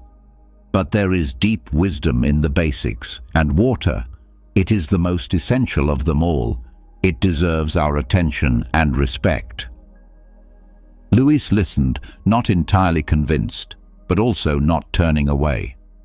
Something about the words struck a nerve. Maybe it was true. He lived fast. Too fast. He didn't stop to appreciate the small things anymore. But wasn't that normal? Wasn't that just life? "And what do you suggest?" Luis asked, unsure why he was continuing the conversation. "I suggest something very simple," the old man said, his voice as calm as ever. "Come with me, just for a little while. Let me show you what many have forgotten about water." Luis blinked, caught off guard. The whole thing felt a little strange, random even, but a part of him, a quiet inner voice, told him he had nothing to lose. There were no urgent meetings, no looming deadlines, and curiosity, long buried under daily grind, flickered inside him once more. "All right," he said finally, slipping the bottle back into his bag. "But if this gets too weird, I'm out." Don Esteban chuckled, a warm, inviting sound. "Don't worry, young man. I won't take you far. Just far enough for you to discover something new." With those words, the old man turned and began walking. Luis glanced around the park one last time, then stood up and followed. As they moved away from the fountain and down a more secluded path, Luis wondered what this journey would reveal. Could there really be more to something as ordinary as water? Don Esteban led the way through a tree-lined path, the noise of the city fading behind them with each step. After a few minutes of peaceful walking, they reached a small wooden cabin nestled at the edge of the park. Nature wrapped itself around the structure, with moss-covered walls and a lush garden of medicinal herbs growing in tidy, intentional patterns, clearly cared for by a skilled hand. Inside, the cabin radiated a comforting warmth. A stone fireplace glowed in the back, above which rested an antique ceramic teapot. The rich scent of herbs blended with the aroma of firewood, enveloping the room in a sense of timelessness and calm. It was as if the modern world had been left far behind. Luis looked around, taking in the shelves lined with glass jars full of dried plants and the vintage kitchen tools hanging neatly on the walls, relics of a slower, more deliberate era. Something in the air made him feel like he had stepped into another world, one where every detail mattered and every action carried meaning. And here, in this space of stillness, he began to understand. Maybe water really was more than just water. Don Esteban invited him to sit at a rustic wooden table, aged and weathered by time, but still standing firm. Luis, however, remained silent and did not take a seat. The old man calmly prepared 2 glasses of water, one filled with warm water that released a delicate steam, and the other with water so cold it gathered tiny droplets of condensation on the outside of the glass. Luis watched quietly, intrigued by what was about to unfold. "Drink the cold water first," Don Esteban said, pointing to the frosted glass. Luis, slightly skeptical, yet obedient, reached for the cold glass. The crisp liquid slid quickly down his throat, bringing a momentary sense of relief. But almost immediately, he noticed a slight discomfort in his stomach. Something didn't feel quite right. "Now try the warm one," Don Esteban said, his voice soft yet firm with conviction. Luis set down the cold glass and picked up the warm one. This time he sipped more slowly, allowing the gentle warmth of the water to flow through his body. It didn't deliver the immediate refreshment that the cold water had, but as it went down, he experienced an unexpected calm. His entire body seemed to relax, as if each cell welcomed the soothing temperature. "Do you notice it?" asked Don Esteban, his eyes watching Luis with quiet intensity. "It's different," Luis replied thoughtfully. "The warm water feels gentler, more comforting. The cold one refreshed me at first, but now my stomach feels a bit unsettled." The old man nodded, clearly satisfied with the response. Water, like many things in life, has its time and its manner of being received. Cold water, though it may seem like the invigorating choice, can actually shock the body. Warm water, however, moves in harmony with your system, helping it find its balance, especially in the mornings when your body is just waking up. It's important not to jolt it abruptly. Luis nodded as the lesson began to sink in. He recalled the many times he had gulped down ice-cold water after a run, only to feel uncomfortable moments later, like something inside didn't sit well. He had never really considered how water temperature might affect his body. "So, should I stop drinking cold water altogether?" Luis asked, still slightly confused. "There's no need to avoid it entirely," Don Esteban responded. "But it's essential to know when and how to drink it. In the mornings, when your body is most open and sensitive, warm water is your ally. During hot days, cold water can have its place, but always in moderation. The key lies in knowing what your body needs at any given moment. And that," he added gently, "requires attention and respect." Luis leaned back in his chair, his eyes fixed on the fire crackling in the hearth. Something as simple as drinking water, something he had always done without a second thought, suddenly felt deeply meaningful. A quiet sense of gratitude welled up within him, directed toward this old man who had, with just a few gestures and words, opened a doorway to something so fundamental yet so overlooked. "It's strange," Luis murmured after a while. "I always thought water was just Water. Something we drink because we need to. I never imagined there could be so much behind it. Life is full of small details we overlook, Don Esteban replied with a faint smile. And it's in those small details that true wisdom often hides. When you start paying attention to the basics, like water, you'll begin to discover a vast realm of knowledge waiting to be understood. A comfortable silence settled between them, different from earlier. Luis stared at the glass of warm water before him, feeling a new and unexpected connection to it. This simple element he had always taken for granted. Deep within him, something began to shift. A small spark of awareness, long dormant, was now stirring. Don Esteban stood up slowly and walked to a nearby window, looking out into the garden where medicinal plants swayed softly in the morning breeze.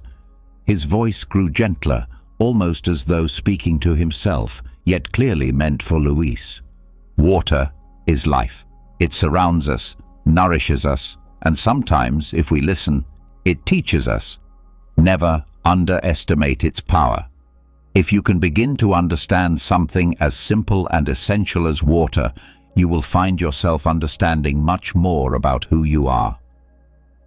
Luis, still holding the warm glass in his hand, couldn't shake the feeling that this encounter, this seemingly ordinary moment, was the beginning of something far greater than he had anticipated.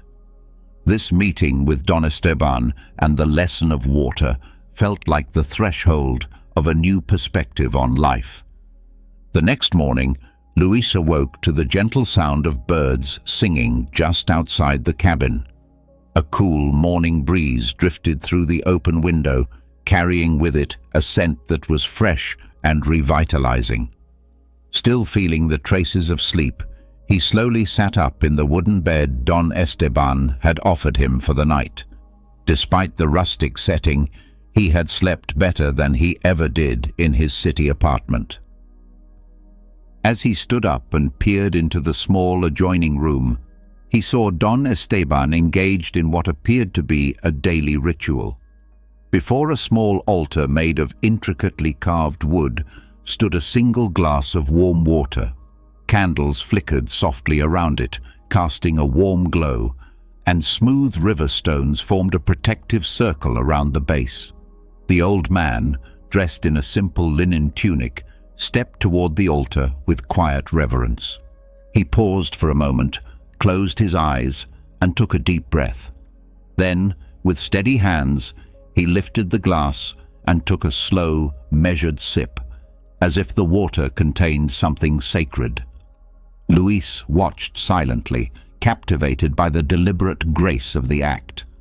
To him, water had never been more than a way to quench his thirst, something done mindlessly. But watching Don Esteban, he saw something else. There was purpose, there was reverence, and there was meaning beyond the physical act. "Why do you do that?" Luis asked, his voice rough from just waking up.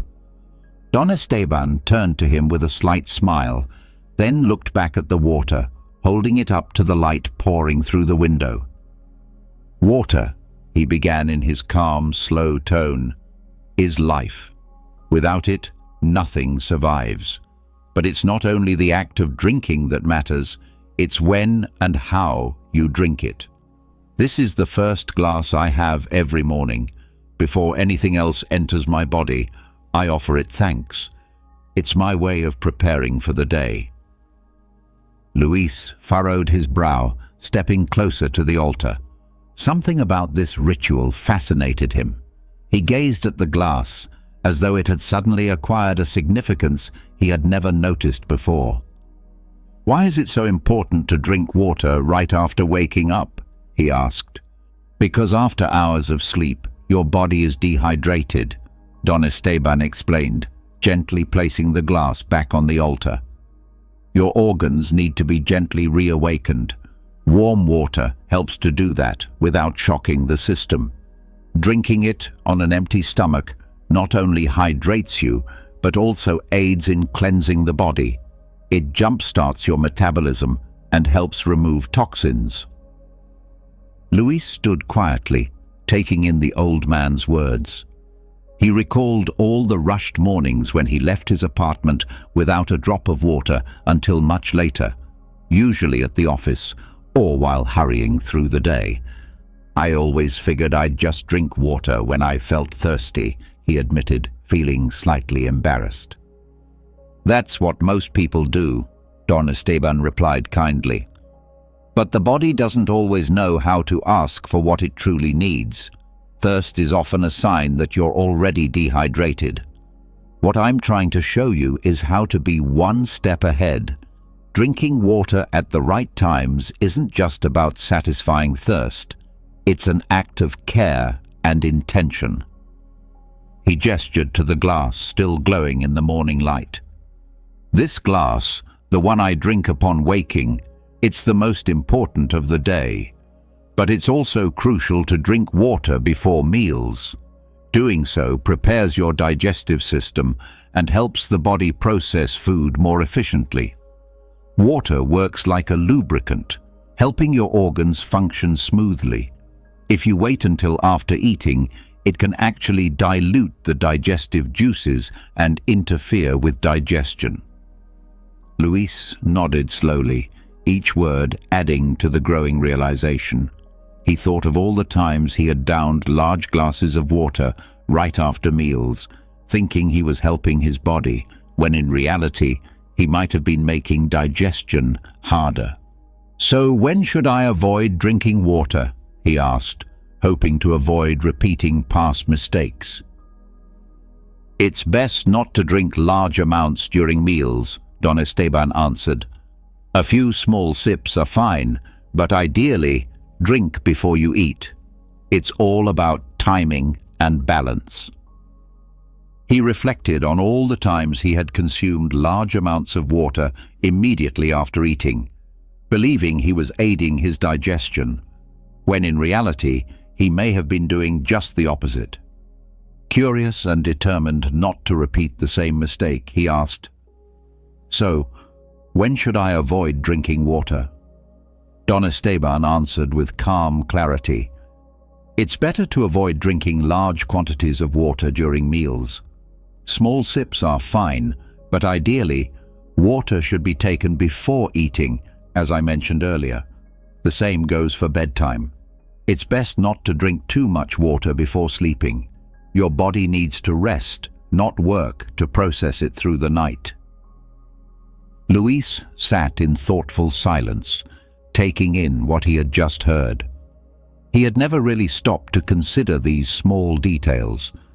To him, water had always been something routine, simply a necessity to quench thirst.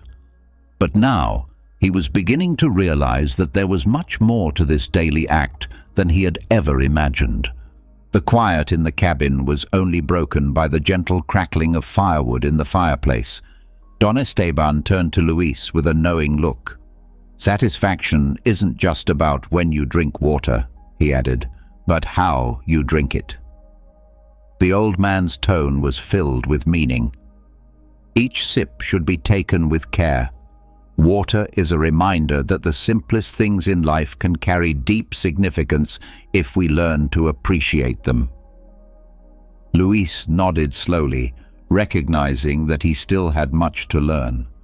What had initially felt like an unusual meeting was now starting to bring him answers to questions he hadn't even known he carried. The connection between the body and the mind, something as simple as drinking water at the right time, had unveiled a whole dimension of life he had never explored.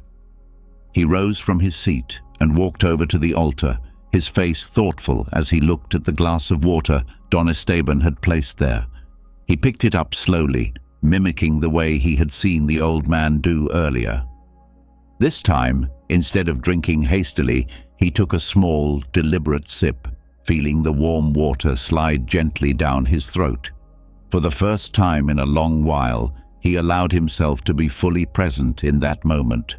No rush, no distractions, just him and the water. The morning sun filtered through the trees, casting soft, dancing shadows on the moist earth. Esteban and Luis stood in the back garden of the cabin, a place alive with color and movement. The garden was a testament to natural harmony, with plants of all sizes and shades, some thriving in full bloom, while others were just beginning to bud. Every part of it seemed to have been tended with care, as if each plant was essential to the balance of the whole. With his usual calm presence, Esteban handed Luis a watering can. The metal was warm from the sun, and although the can appeared small, it felt heavy with water.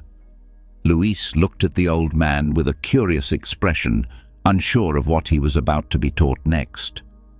"I want you to water these plants," Don Esteban instructed, gesturing toward the rows of vibrant vegetation that spread out before them. "But do it with care. Observe how much water each one needs." Luis nodded, trying to follow the instructions. He knelt before the first plant, a small succulent, and let a stream of water fall over its thick leaves. The plant seemed content, letting the water glide over its surface without absorbing much. Then he moved to a bush with delicate white flowers, and later to a taller plant. When he watered that one, he noticed how quickly the water vanished into the thirsty soil around it. "Do you see the difference?" Don Esteban asked from nearby, watching him closely. Luis nodded, captivated by what he was observing. Some plants only needed a little water, while others seemed desperate for more. The difference was subtle, but crucial. "Each plant is different," Esteban continued. "Some have deep roots, some shallow.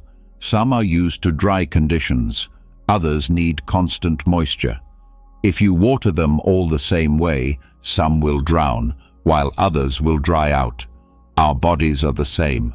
Not everyone needs the same amount of water. It's important to learn how to listen to the signs your body gives you."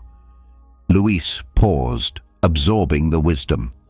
He had always believed that everyone needed a set amount of water each day, as if human bodies followed identical rules. But now, seeing how each plant responded differently, he began to understand the complexity of the human body in a new light. "How do I know how much water my body needs?" Luis asked, as he carefully continued watering the plants. Don Esteban smiled gently, as though he had been waiting for that question. "Your body will tell you," he said, "but only if you are willing to listen. Thirst is an obvious signal, yes, but it's not the only one. Your skin, your energy levels, even your digestion can reveal whether you're drinking enough. It's not about a fixed number. It's about paying attention to how your body feels." Luis paused, watching the water seep into the earth, nourishing the hidden roots beneath the surface. He realized how often he had ignored his own body's signals, simply following a behavior pattern that seemed normal. Drinking water had always been a habit, but never a conscious one. "Look at this plant," Don Esteban said, pointing to a young sprout with bright green leaves. "If you overwater it, the roots will rot. If you don't give it enough, it'll dry out. Everything in life needs balance, and water is no exception. You are like this plant. If you learn to understand what you need, you'll live in harmony with your body." Luis tilted the watering can and let the water flow gently this time, watching as the soil slowly absorbed it. The air around them felt fresh, revitalized. It was as if every drop held a deeper meaning, each act of watering a small contribution with unseen significance. "So there's no exact amount to follow?" Luis asked, seeking more clarity. "Not for everyone," Esteban responded.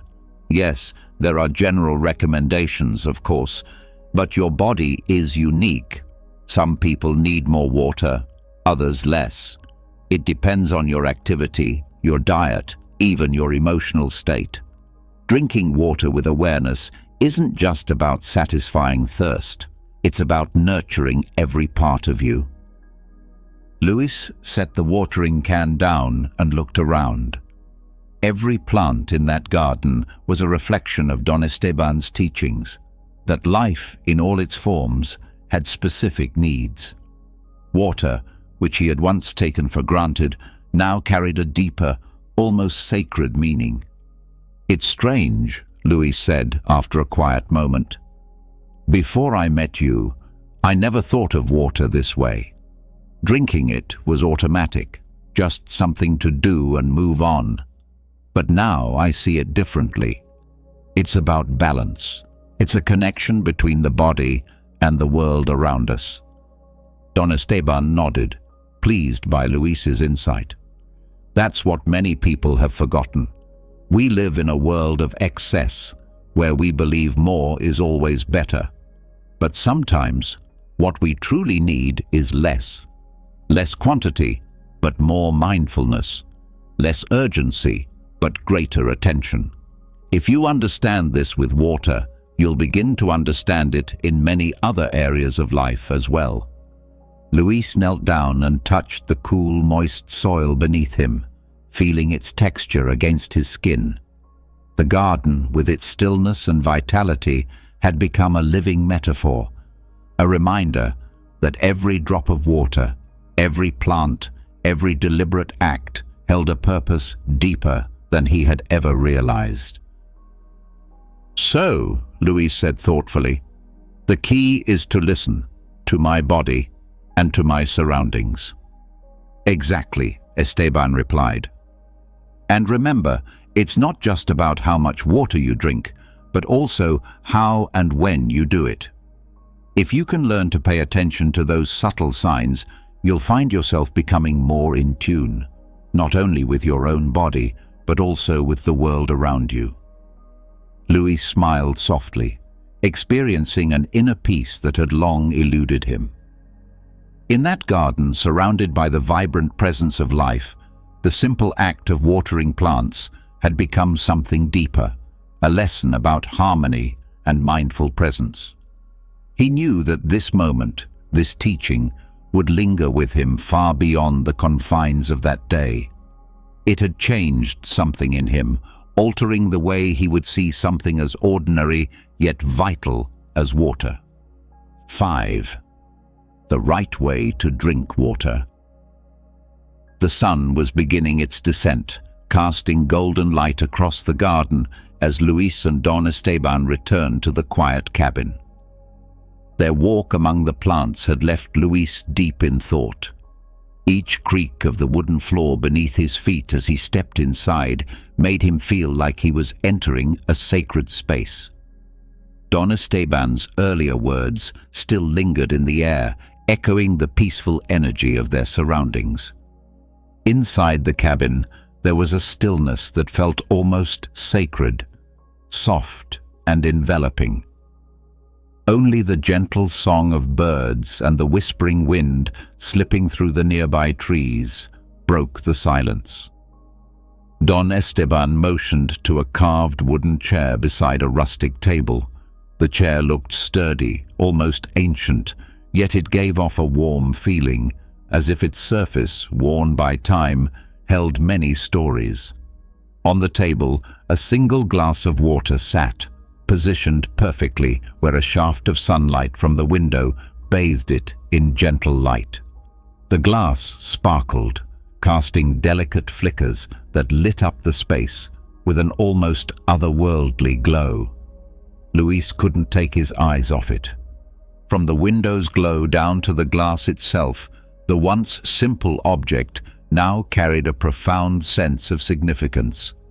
"Sit," Don Esteban said gently, his voice as calm and steady as ever. Luis did as he was told, easing into the chair. The glass of water seemed as though it had been waiting just for him. Don Esteban sat down nearby, his calm gaze steady and grounding. "Today," he began, "I want to share with you one of the most important lessons about water." His tone was soft, almost ceremonial.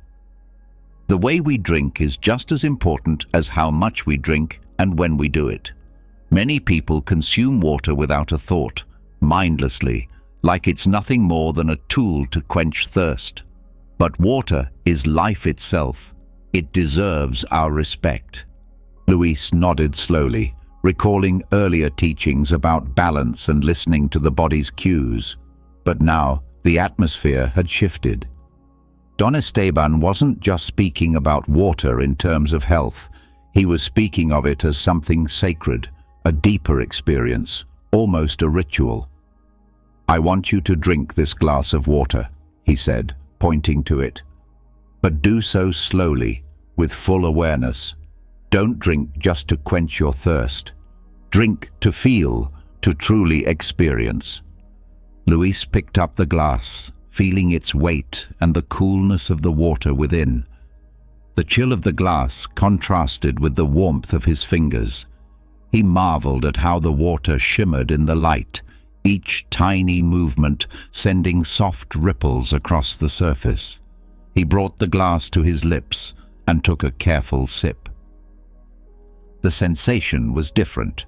It wasn't just the coolness or the taste, it was the texture, the smooth flow of the water down his throat.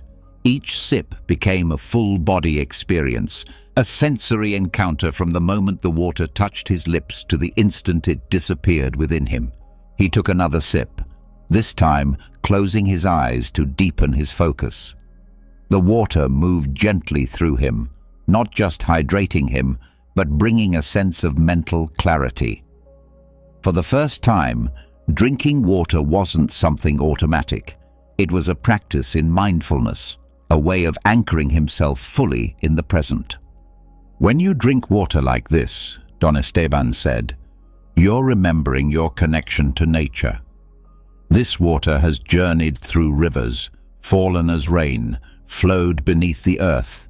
Before arriving here in your hands, every drop reminds you that you're part of a greater cycle, the same life-giving rhythm that sustains all living things." Luis opened his eyes, meeting Don Esteban's gaze. The old man's words struck a chord within him. Water was no longer just a necessity. It had become a gesture of reverence, a moment to honor the miracle of life.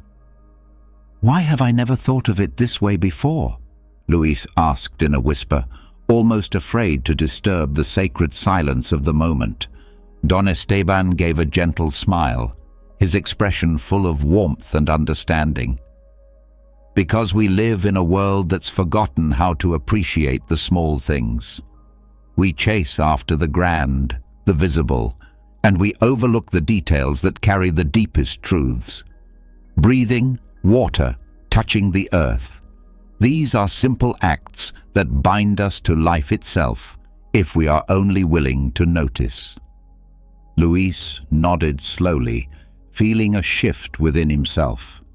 With every sip, something in him was realigning. Water, once taken for granted, had become a vessel for something greater. As he drank, sunlight played through the glass, casting shimmering patterns into the air.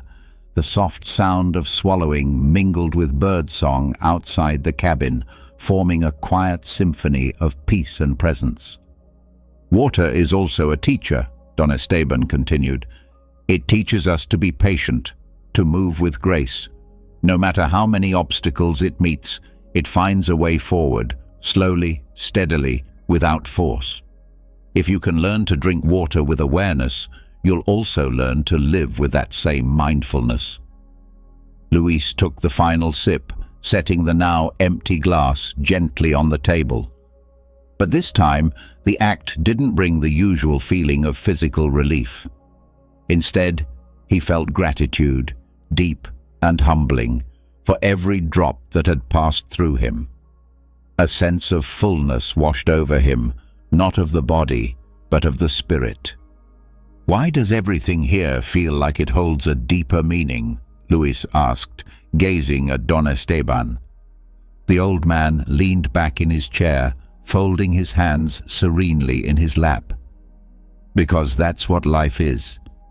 When you look closely, everything, every moment, every action, every object holds meaning. What seems simple, like drinking a glass of water, can become a doorway to a greater understanding of yourself and the world. Luis looked once more at the empty glass, but it no longer appeared as it had before. Something in him had changed. He now saw how life was revealed in the little things, in those small yet powerful acts that connect us to what truly matters. Drinking water, an act he had done countless times without thought, had now become sacred. The silence that filled the cabin wasn't awkward or empty. It was a stillness that invited reflection, a silence full of meaning. Luis understood now that he hadn't just drunk a glass of water. He had absorbed a lesson about presence, awareness, and above all, a deep respect for the essence of life. 6. What you never imagined about water. You never imagined water could hold such power. The air of the forest was cool and clean, carrying the earthy scent of moss and damp soil. Don Esteban walked quietly ahead of Luis, guiding him along a narrow, barely visible path through the trees. Every step seemed to echo through the woods, as though nature itself was acknowledging their presence with a reverent hush. Leaves rustled underfoot, while golden sunlight filtered through the canopy, casting glowing patches onto the forest floor. Luis couldn't shake the feeling that they were entering a sacred realm, something beyond the ordinary world. "We're almost there," Don Esteban said softly, not bothering to turn around. Luis nodded instinctively, even though he knew the old man couldn't see the gesture. He continued forward, a calm anticipation building within him. He felt as though something deep, something long hidden, was waiting just ahead. After several quiet minutes, they stepped into a secluded clearing, hidden deep within the forest. There, surrounded by moss-covered stones, flowed a small spring of crystal-clear water.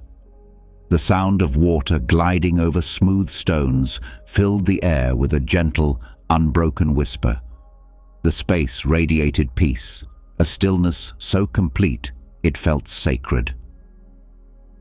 "This spring has been here for generations," Don Esteban explained, stopping near the edge of the water. "Its purity remains untouched by human hands. The villagers come here, not just to draw water, but to find peace."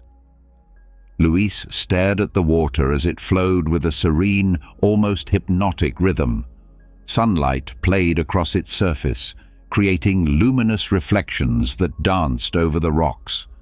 There was something deeply mystical about the spring, as if it held secrets passed down through time, just waiting to be uncovered. "This is the perfect place," Don Esteban continued, kneeling beside the spring, "to teach you something many have forgotten." He gestured for Luis to join him. "Water doesn't just nourish our bodies, it can also nourish our souls, if we learn how to truly connect with it." His knees sank gently into the soft earth as he stood still, watching Don Esteban extend his hands toward the spring. The old man allowed the water to run over his fingers before lifting it slowly to his lips. "Did you know that water has memory?" Don Esteban asked, his gaze serious. Serena and Luis exchanged glances, and Luis looked at him with a mix of curiosity and disbelief. "I've heard something like that," he admitted, "but I never really believed it." Don Esteban offered a soft, knowing smile. "That's understandable in the world we live in today. We've forgotten that nature has its own language. The ancient ones understood something we've lost, that water can hold intentions, that it can respond to our emotions and thoughts. It's not just poetic or mystical thinking. Even modern science is beginning to investigate this idea. But beyond the scientific aspect, it's a deeper way to connect with the world around us. The old man dipped both hands into the spring again, lifting them full of fresh, cool water. He held it gently before Luis, asking him to feel its energy before taking a sip. "Take a moment to give thanks," he advised. Luis hesitated, but mimicked the gesture. At first, the water felt simply cold and fresh, but as he paid closer attention, he sensed something else. A softness in its flow, a vibrant quality he hadn't noticed before. It was still water, yes, but it seemed to possess its own quiet presence, a kind of awareness. It felt alive. "When you drink water," Don Esteban continued, "you're not just hydrating your body, you're taking in life energy itself. And that energy is influenced by your mental state, your thoughts, your emotions. That's why it's so important to fill the water with positive intentions before you drink." Luis said nothing, simply watching the old man, sensing he was on the edge of a new understanding. "How do you do that?" he asked, his curiosity deepening. Closing his eyes briefly, Don Esteban held the water with reverence. "You speak to it, not necessarily with words, but with your heart. Thank the water for what it's about to do for you, for its purity, for its ability to nourish you. Tell your body that it will receive this energy in a healthy, renewing way. In doing so, you build a deeper relationship with what you consume, a connection that reaches far beyond the physical." Luis closed his eyes as well, following the old man's lead. Holding the water in his hands, unsure if he was doing it right, he simply let his thoughts come. "Thank you," he thought silently. "Thank you for this moment, for this purity. Let this water nourish me and fill me with life." When he opened his eyes, he looked at the water still cupped in his hands and, for the first time, felt a genuine connection to it. He drank slowly, feeling the coolness slide down his throat. But this time, it wasn't just water. It felt like energy, a direct link between himself and the natural world surrounding him. "Did you feel it?" Don Esteban asked with a warm, approving smile. Luis nodded, unable to fully put into words what he had just experienced. "It felt strange," he confessed. "I never imagined water like this. I always saw it as something basic, necessary. But now, it feels like something more." "That's because it is," said Don Esteban. "Water is life, not just for your body, but for your spirit as well. This spring, for example, has been here for centuries, offering not only water, but a sacred space for peace and reflection. What the ancients believed wasn't mere superstition, it was wisdom. They understood that everything in nature is connected, that energy exists in all things, even in something as ordinary as water." Luis remained quiet for a while, watching the stream as it continued to glide effortlessly over the rocks. Each word from Don Esteban felt like an echo from some ancient truth, something long forgotten by the modern world, but still quietly present, waiting to be remembered. "So, you really think our emotions can change the water?" he finally asked. Don Esteban nodded slowly. "I don't just believe it. I've seen it. When we drink with gratitude, when we form a conscious connection with what we consume, something within us transforms. Water becomes a mirror of that intention, and its power is heightened. It's not magic, it's nature responding to awareness." Luis turned to look at the spring once more. It no longer appeared to be just a natural feature. He saw it now as something more, an ancient teacher, a source not only of hydration, but of wisdom and energy. He felt a wave of deep gratitude for being here, for learning something he had never even considered before. As they rose to head back to the cabin, Luis looked at Don Esteban with new respect. He realized that this was only the beginning of a far deeper connection with life and with the world that surrounded him. The sun had begun its descent, casting golden and amber hues across the horizon as Luis and Don Esteban made their way back through the forest. What had once felt like an unknown and mysterious place now seemed to embrace them, a warm refuge, a sanctuary of peace. The trees swayed gently in the evening breeze, and the steady murmur of the nearby stream accompanied them like an old, familiar song. Upon reaching the cabin, Don Esteban settled onto a worn wooden bench beside the stream. Without a word, Luis sat beside him. The gentle sound of the flowing water filled the air, a soothing reminder of the stillness he had recently discovered within himself. Both remained silent for a time, simply listening to the continuous flow of the water as daylight faded. The silence was finally broken by Don Esteban's voice, as soft as the stream itself. Water never stops. It never resists. It adapts, finds its path around obstacles, and keeps moving forward. That's how we must be. Luis turned toward him slowly, listening intently. He sensed that this was the heart of everything Don Esteban had been teaching him. "What do you mean exactly?" he asked, although deep inside he was already beginning to understand. "Look at the water," said Don Esteban, gesturing to the stream at their feet. "It doesn't complain when it meets a stone. It doesn't stop or turn back. It simply adjusts, finds its way over or around, and continues onward. Water is soft, yet constant. That's its real strength." Luis watched the stream with new eyes.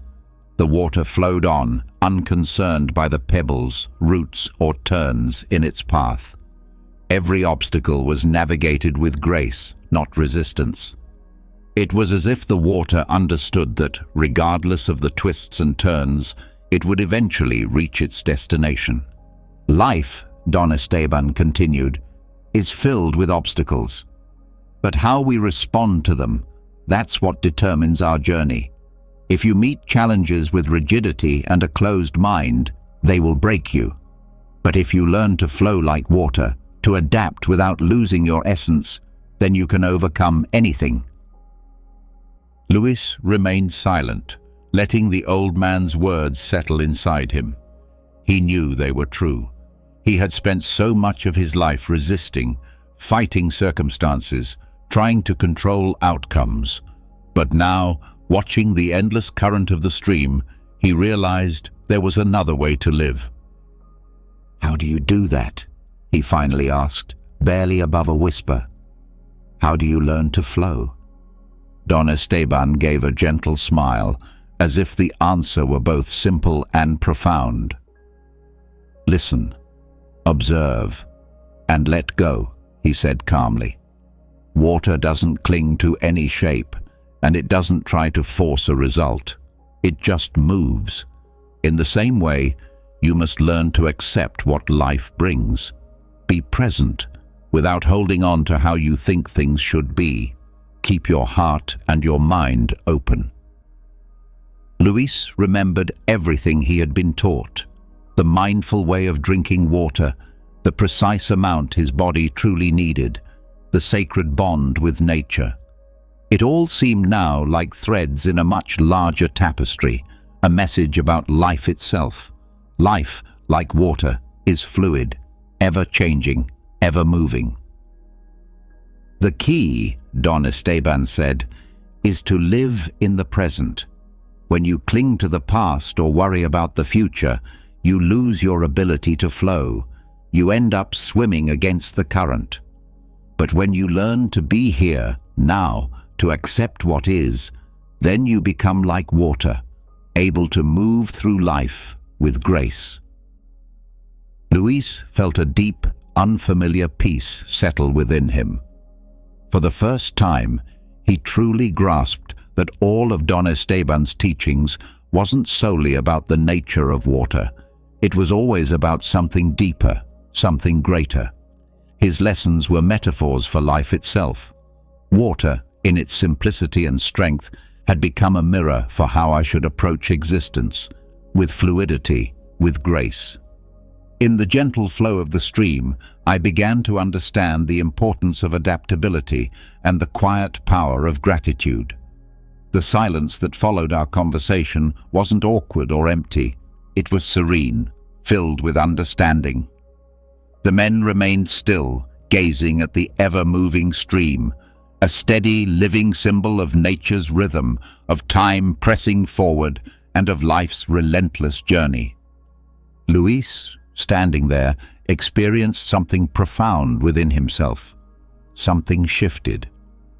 What had started as a simple day of learning about water had become something transformative.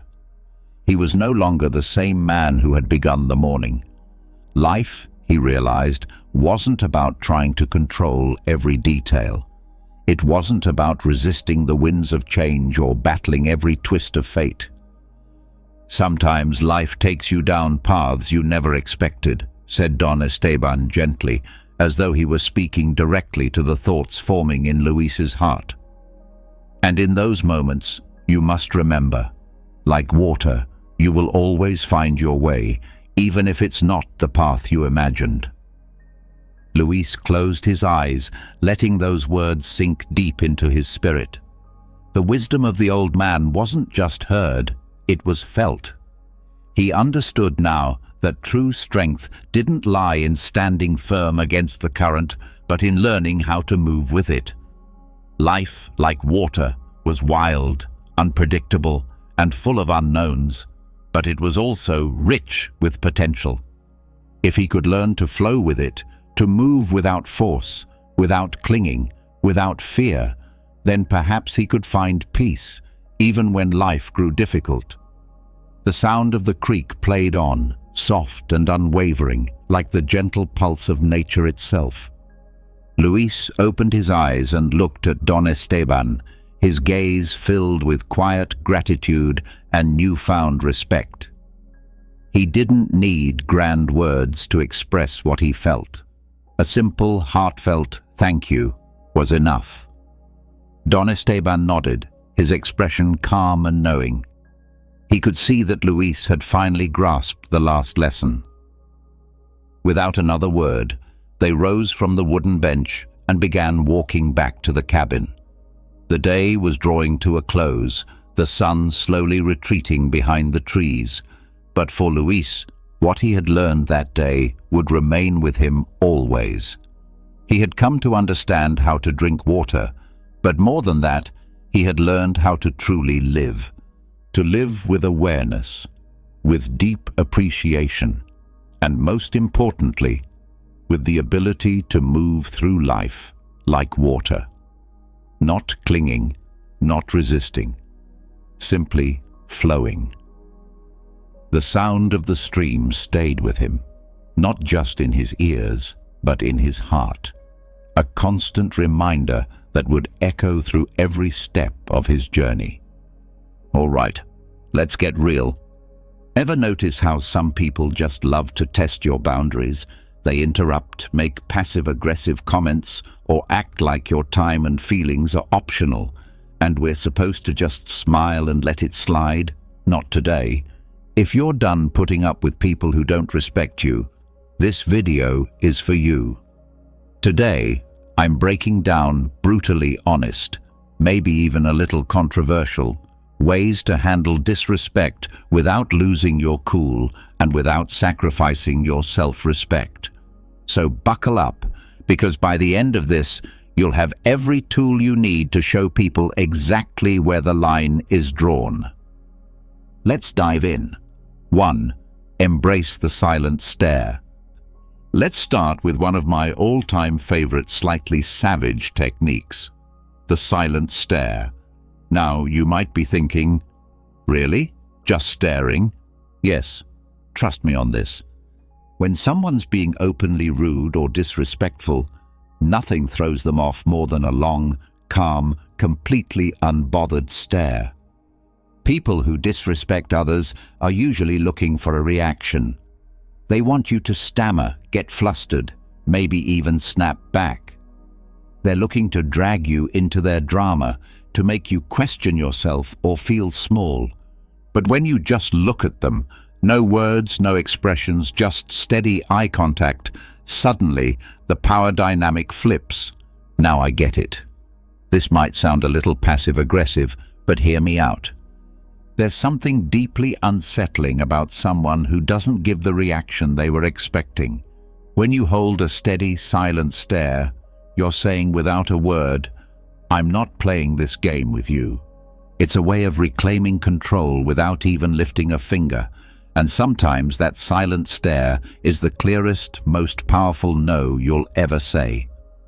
Let me tell you about a time this technique worked like magic. I was in a group meeting where one guy kept talking over me, cutting me off like he was on a mission. You know the type, loud, overconfident, thinking everyone's there to listen to his wisdom. I tried interjecting, I tried being polite, but he wouldn't stop. So finally, I just looked at him. I leaned back in my chair, crossed my arms, and held his gaze. No blinking, no expression, just stared. For 5 solid seconds, I said nothing. You could feel the tension build, and the best part? Everyone else at the table started looking at him too, wondering what he'd do. You know what happened? He got uncomfortable, stumbled over his words, and suddenly looked anywhere but at me. He didn't interrupt me for the rest of the meeting. That silent stare did more than any words could have. And it didn't just stop his behavior in the moment. He actually started treating me with more respect after that, as if he'd finally realized I wasn't someone he could just bulldoze. Sometimes you have to show people who you are without saying a word.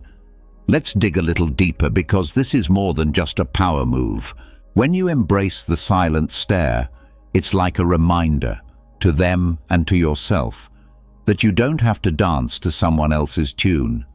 You don't owe anyone an emotional reaction, and you don't have to prove yourself to people who don't see your worth. This is about reclaiming your space, your peace, and your dignity. Too often, when someone is disrespectful, we feel an urge to defend ourselves, to make our case, or worse, to let it slide because we don't want to create a scene. But the silent stare, it's not about being aggressive. It's about showing that you're grounded, unbothered, and unapologetically in control of your own emotions. It's also about accountability. People who are used to disrespecting others often do it without even thinking. They've never been called out, never faced real consequences for treating others poorly. When you give them that silent, deadpan look, it's like you're holding up a mirror. Suddenly, they're left alone with their own behavior. You're not telling them they're wrong, you're showing them. And most people don't like to see themselves like that. That's why this works. I've noticed that the silent stare tactic does more than just get the other person to back off. It also strengthens your sense of self-worth. When you stand there silent and still, you're reminding yourself that their words or actions can't shake you. I used to be the type who'd nervously laugh off rude comments or try to explain myself when someone questioned my choices. But honestly, that just drained my energy and made me feel worse. Learning to just look at someone, to let that silence fill the room without backing down, was a game changer. It feels like a small act of defiance. A quiet but powerful declaration of self-respect. So if someone's being rude, pushing boundaries, or making you feel less than, try the silent stare. Just look at them. Let them feel the weight of your calm. You'll be surprised at how uncomfortable it makes them and how empowered it makes you feel. The silent stare says, I respect myself too much to get dragged into your negativity, and that's a message worth sending. 2. Embrace silence as your answer. Here's a little secret weapon that's incredibly underrated. Silence. When someone disrespects you, one of the most powerful responses is no response at all. Now I know what you're thinking. Silence feels passive, almost like you're letting them get away with it, right? But here's the truth. Silence is far from passive. It's a choice. And sometimes it's the boldest, loudest answer you can give. When someone's throwing negativity at you, they're trying to pull you into their drama, to make you feel small or defensive. But when you don't engage, when you just let their words hang in the air without responding, it forces them to sit alone with their own behavior. And that silence, it's deafening. Now here's why this works so well. People who disrespect others usually expect a reaction. They're looking for a fight, a justification, or just some kind of validation for their own behavior. But silence says, I'm not giving you my energy. By not engaging, you're keeping control of the conversation and letting them know, I'm not here to entertain your disrespect. Sometimes the most powerful way to communicate is by not communicating. It's a quiet, subtle reminder that they're not worth your time or your words. I remember once being in a situation with someone who just couldn't resist making these little digs. You know the kind of person, hides their insults as jokes and tries to pass it off as harmless fun. So one day, he says something completely unnecessary about my work, clearly just to get a rise out of me. Normally, I would have tried to explain myself, or maybe even fired back a comment. But this time, I just looked at him, raised an eyebrow, and said absolutely nothing. I let his words hang in the air, letting him feel that awkward, silent pause. And you know what? He didn't know what to do. He looked at me, then looked down, mumbled something, and moved on. That moment was the last time he tried pulling that with me.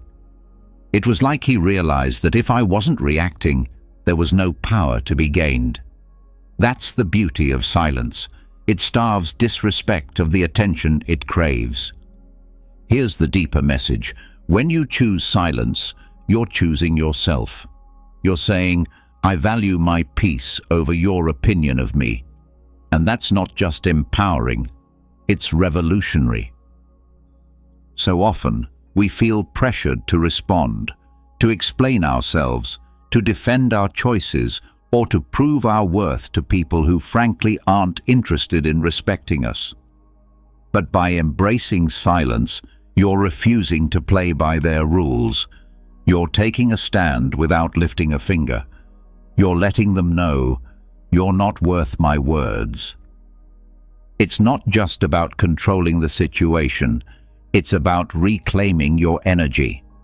Silence is like a filter. It keeps your peace intact by blocking out the negativity that others try to project onto you. The moment you stop feeling the need to respond to every rude comment or passive-aggressive jab, you free yourself. You stop giving people access to your inner world, and you start living on your own terms. I'll be real with you. Learning to use silence wasn't easy for me. I used to think that if I didn't defend myself, I'd look weak or passive. But I started noticing something interesting. Every time I responded to people who disrespected me, I'd end up drained and frustrated. But when I held my tongue and let their comments pass by like white noise, I realized I felt lighter, stronger, and more in control. It was like I took back a piece of my power every time I chose silence over reaction. Here's my challenge to you. The next time someone disrespects you, just pause, take a deep breath, look them in the eye, and say nothing. Let your silence speak for itself. You might be surprised by how uncomfortable they get and how freeing it feels for you. Embrace silence as your answer, because sometimes saying nothing is the most powerful statement of all. All right, this one's going to hit home for a lot of us. Stop explaining your choices. Seriously. How many times have you made a decision for yourself only for someone to immediately start asking, why? Why did you do that? Why didn't you go to that event? Why'd you take that job? People seem to think they're entitled to an explanation for everything we do. And here's the honest truth. They're not. Your choices are your own, and you don't owe anyone an explanation for how you live your life. It might sound controversial, but let's face it. If someone's questioning your choices, they're often not looking to understand. They're looking to judge. They're looking to poke holes, make you doubt yourself, or feel better about their own decisions by making you second-guess yours. You don't have to play along. When you stop explaining yourself, you reclaim your autonomy and show them that your life isn't up for debate. Let's dig a bit deeper into why people feel so entitled to an explanation in the first place. When people question your choices, it's often because your decision challenges their view of the world. Maybe you're taking a risk they're too scared to take, or maybe you're stepping out of the norm they find so comforting. Your independence or willingness to do things differently can make them uncomfortable, and asking you to explain is their way of trying to fit you back into their comfort zone. But here's the kicker. Just because they're uncomfortable doesn't mean you're responsible for reassuring them. Your life isn't a public service announcement. You don't have to justify your choices to anyone. I remember when I decided to switch careers, moving from a safe job to something I was actually passionate about. But that came with a lot more risk. The moment people found out, it was like I'd announced I was moving to Mars.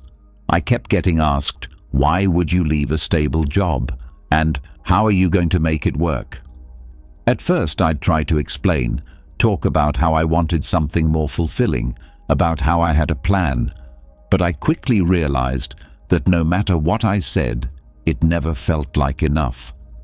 The more I explained, the more people questioned me, poking holes and making me feel like I needed to prove myself.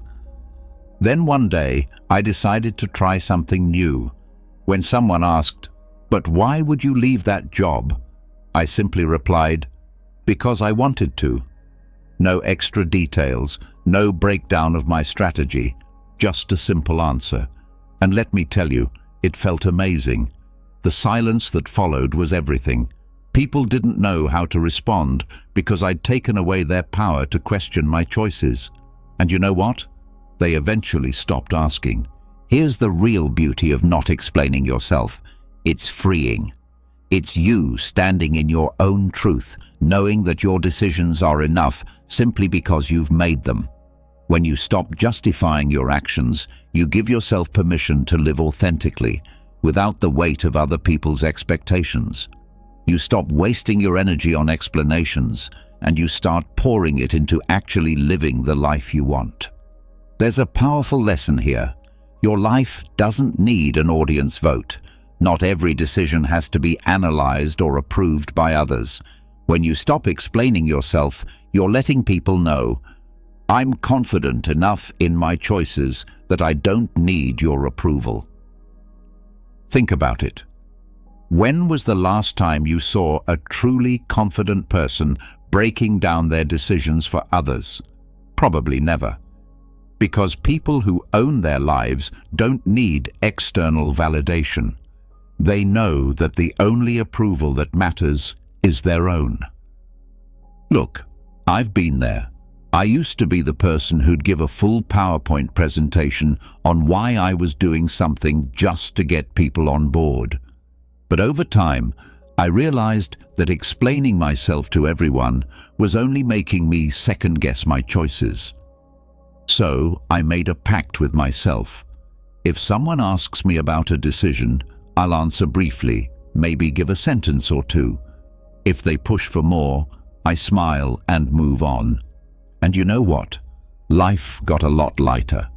The more I stopped explaining, the more confident I became in my own decisions. So here's my challenge to you. The next time someone questions your choices, resist the urge to explain. Just say, "Because I wanted to," or "That's what felt right for me." Then let the silence speak. Watch how powerful that simple statement is. You'll feel stronger, more in control, and more at peace with yourself. And the best part, you'll realize that your choices don't need anyone else's stamp of approval. They're valid simply because you made them. Keep your distance. Let's be real. Sometimes the best way to handle people who don't respect you is to just keep your distance. I know it sounds harsh, maybe even a little cold, but here's the hard truth. Not everyone deserves a front row seat in your life, and if someone's consistently disrespecting you, one of the healthiest moves you can make is to give yourself some space from them. This doesn't mean you hate them or that you're being dramatic. It means you respect yourself enough to protect your energy. Keeping your distance isn't about being mean or ignoring people. It's about choosing where and how you spend your time and energy.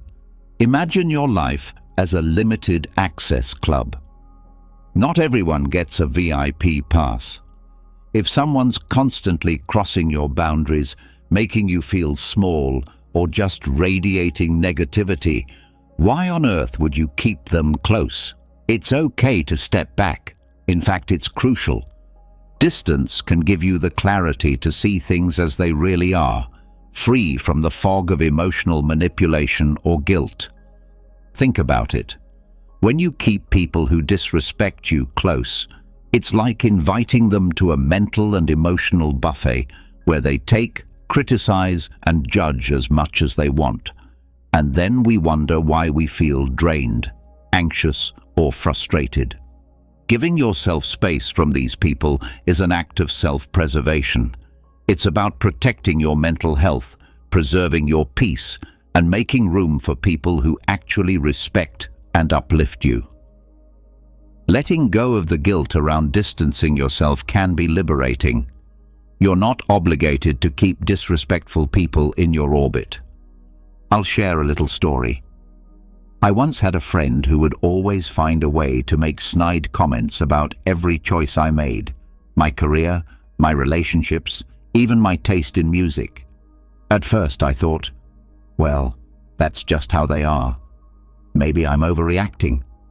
So I kept them around, kept trying to brush it off, thinking it wasn't that big of a deal. But over time, those little jabs started getting under my skin.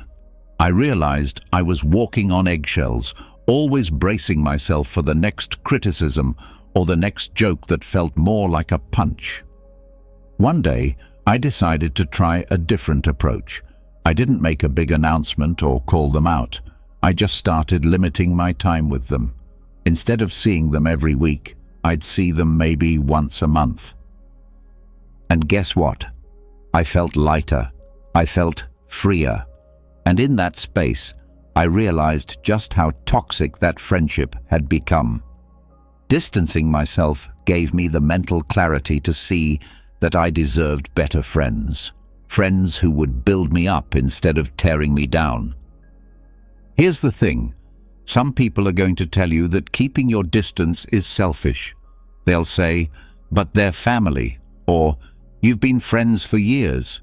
It can feel uncomfortable, maybe even a little taboo, to admit that someone you know well just isn't good for you. Society tells us to be loyal, forgiving, and nice, but at what cost? Here's a little secret. Protecting your peace isn't selfish, it's necessary. You're not here to be anyone's emotional punching bag or their constant source of validation. Sometimes the best way to show someone you've had enough is by simply stepping back. Here's where it gets deep. Keeping your distance is a powerful reminder that you are your own priority. You don't have to play the role someone else has assigned to you. You don't owe anyone access to your mind, your time, or your emotions. When you put a little space between yourself and disrespectful people, you're making a statement. Your well-being comes first, and that's not just self-care, it's self-respect. Distance also gives you the chance to focus on the relationships that matter, the ones that genuinely uplift you. Think about it. The more time you spend around people who respect you, the more confident and fulfilled you feel. The less time you spend around those who tear you down, the less room they have to impact your thoughts, your mood, and your life. I used to feel so guilty about distancing myself from people, even if they weren't treating me well. I'd think, what if they think I don't care? Or maybe I'm overreacting. But over time, I learned that distancing myself wasn't just about removing negativity, it was about creating space for growth. When I started giving myself permission to distance from disrespectful people, I felt a new kind of freedom. I had more energy, more peace, and a clearer vision of who I wanted in my life. So, here's my challenge to you. Think about the people in your life who constantly disrespect you, who make you feel small or drained. Then ask yourself, do they really deserve this much access to me? Hold your head high. All right, let's talk about an old-school classic that never goes out of style. Holding your head high. Now, I know this might sound like generic advice, but trust me, this one is pure gold when dealing with people who don't respect you. Here's the thing. When someone is disrespectful, they're banking on making you feel small. They want you to doubt yourself, to lower your eyes, to shrink into yourself. But when you stand tall and hold your head high, you're saying, without a word, I know exactly who I am, and nothing you say or do will make me feel less. Here's what's powerful about this. Confidence makes people uncomfortable, especially people who disrespect others. Why? Because they rely on the idea that their words or actions have the power to influence you, to control you in some way. When you refuse to let their disrespect touch you, when you literally stand taller and hold your head up high, you're showing them that they don't have the power to bring you down. You're unbreakable, and people who thrive on disrespect don't know what to do with that. It throws them off balance. It makes them question their power, not yours. I remember being in a situation with someone who just couldn't resist throwing little insults my way every time we met. You know the type. Always a smirk, always a joke that feels more like an attack. I used to try and brush it off, but honestly, it got to me. I found myself starting to dread being around them, feeling like I had to defend myself every time. But then, one day, I decided I was done feeling small. I showed up, shoulders back, head high, and every time they made one of their little comments, I just looked them in the eye, smiled, and carried on like nothing had happened. And you know what happened? They actually started backing off. It's like they could sense that their comments weren't reaching me anymore, that I was too far above that nonsense. And suddenly, their power faded. There's something magnetic about holding your head high. It's like a silent force field that says, I'm untouchable. Now, here's where it gets a little spicy. People who don't respect you often hate seeing you confident. It messes with their worldview. They want to believe they're above you, that they've got something on you. And when you walk around confidently, it disrupts that narrative. To them, it's almost offensive. Society doesn't always know what to do with people who are unapologetically sure of themselves, especially when they refuse to let others' negativity define them. And let's be real, that can make you a bit of a target. But here's the thing. Holding your head high isn't about them. It's about you. It's about living as if you're fully aware of your worth, as if you've got nothing to prove. That can feel like a radical act of self-respect.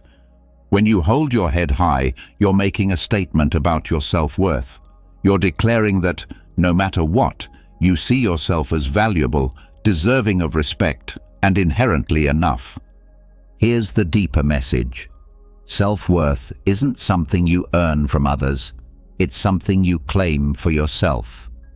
No matter what others think or say, you walk through life as if you already have everything you need within you.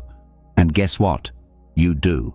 Holding your head high is a constant reminder that you're the main character in your own story. No one else's opinion has the right to make you feel less. The beauty of it? The more you practice this, the less others' disrespect will even register.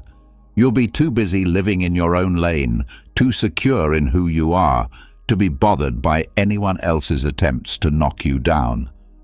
This didn't come naturally to me. I used to be the person who'd slouch, avoid eye contact, and shrink when people were critical or dismissive. It felt safer to disappear. But over time, I noticed that every time I held my head high, every time I refused to let someone's negativity seep into my spirit, I felt stronger. It was like I was reminding myself over and over that I didn't need anyone's approval to feel worthy. I could simply stand tall in who I was. Holding your head high isn't just about physical posture, it's about mental posture too. Walk into every room like you belong there. Don't shrink yourself to fit someone else's idea of who you should be. If someone makes a snarky comment, let it roll off you. They're not seeing the real you, they're projecting their own insecurities. So why let it bother you? Here's my challenge to you. Next time you feel disrespected, whether it's a subtle dig or a full-on insult, don't react. Instead, take a deep breath, pull your shoulders back, and keep your head high.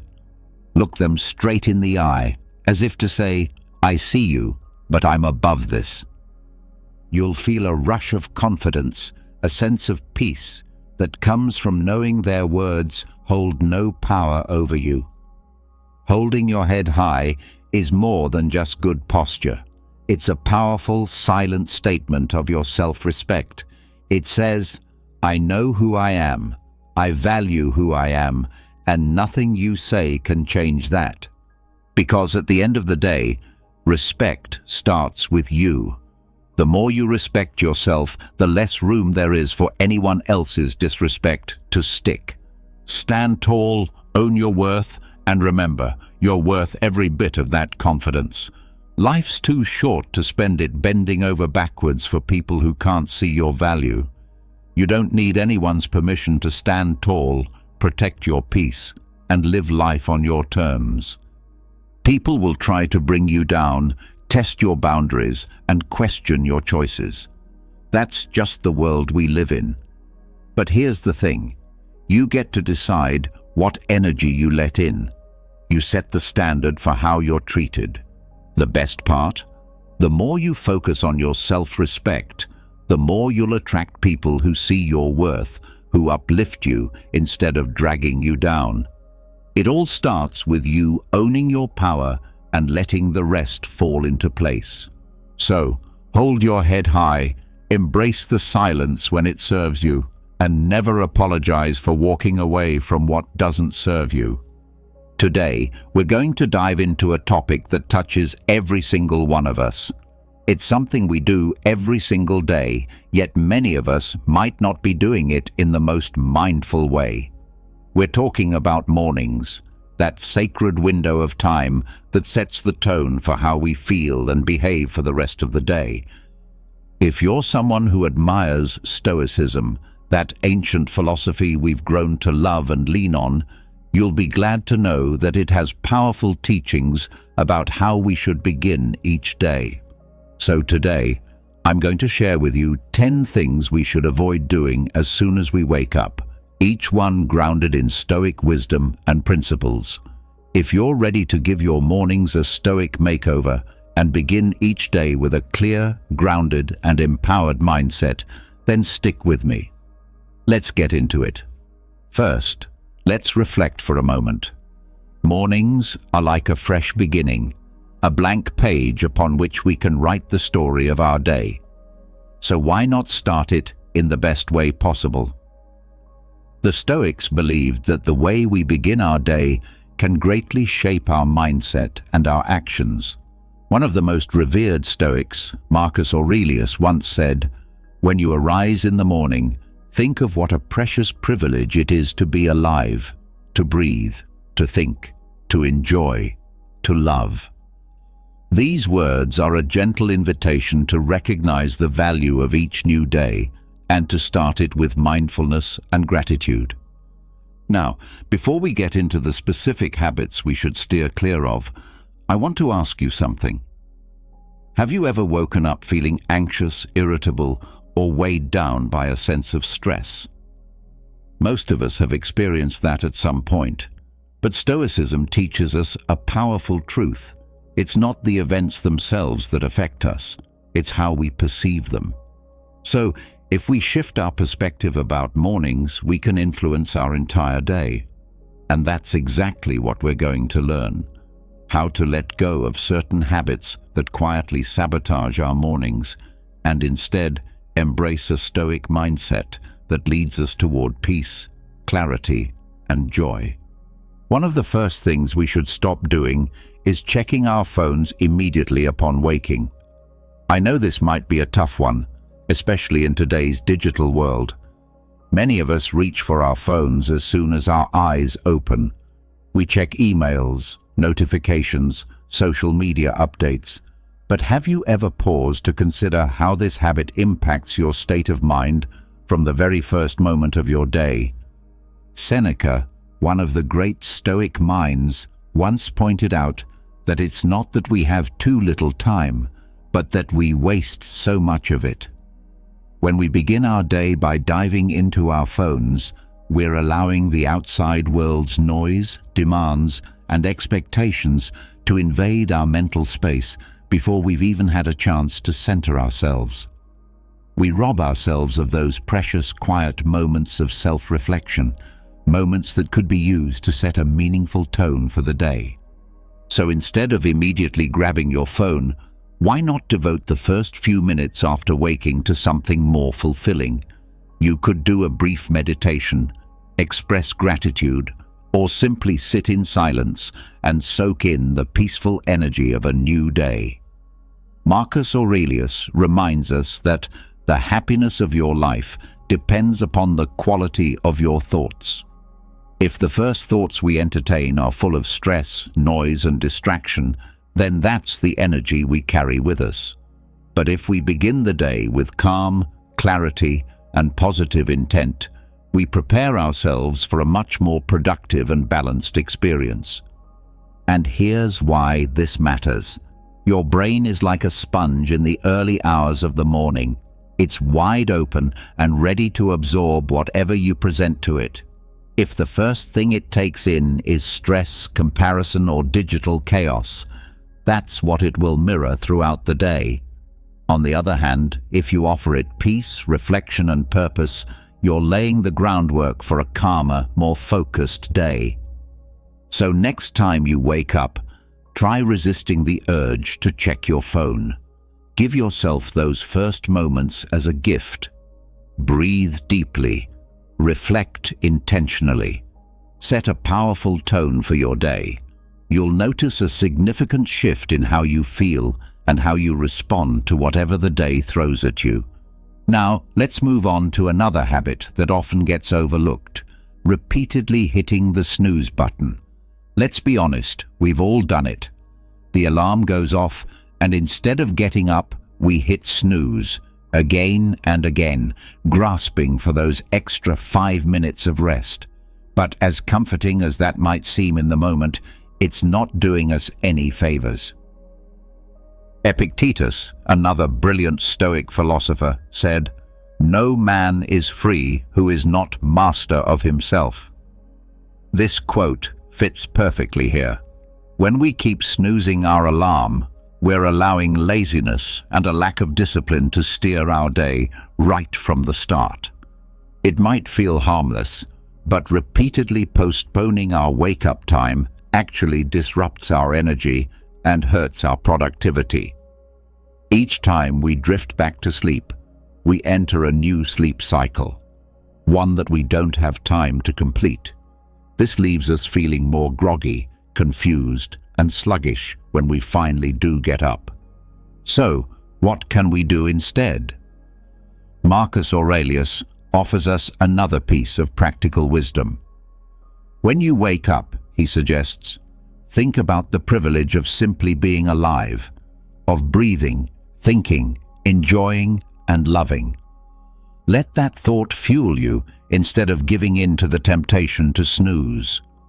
Rise with a sense of gratitude and intention. Why does this matter so much? Because when you get up, as soon as your alarm rings, you're training your mind and body to respond with discipline and purpose.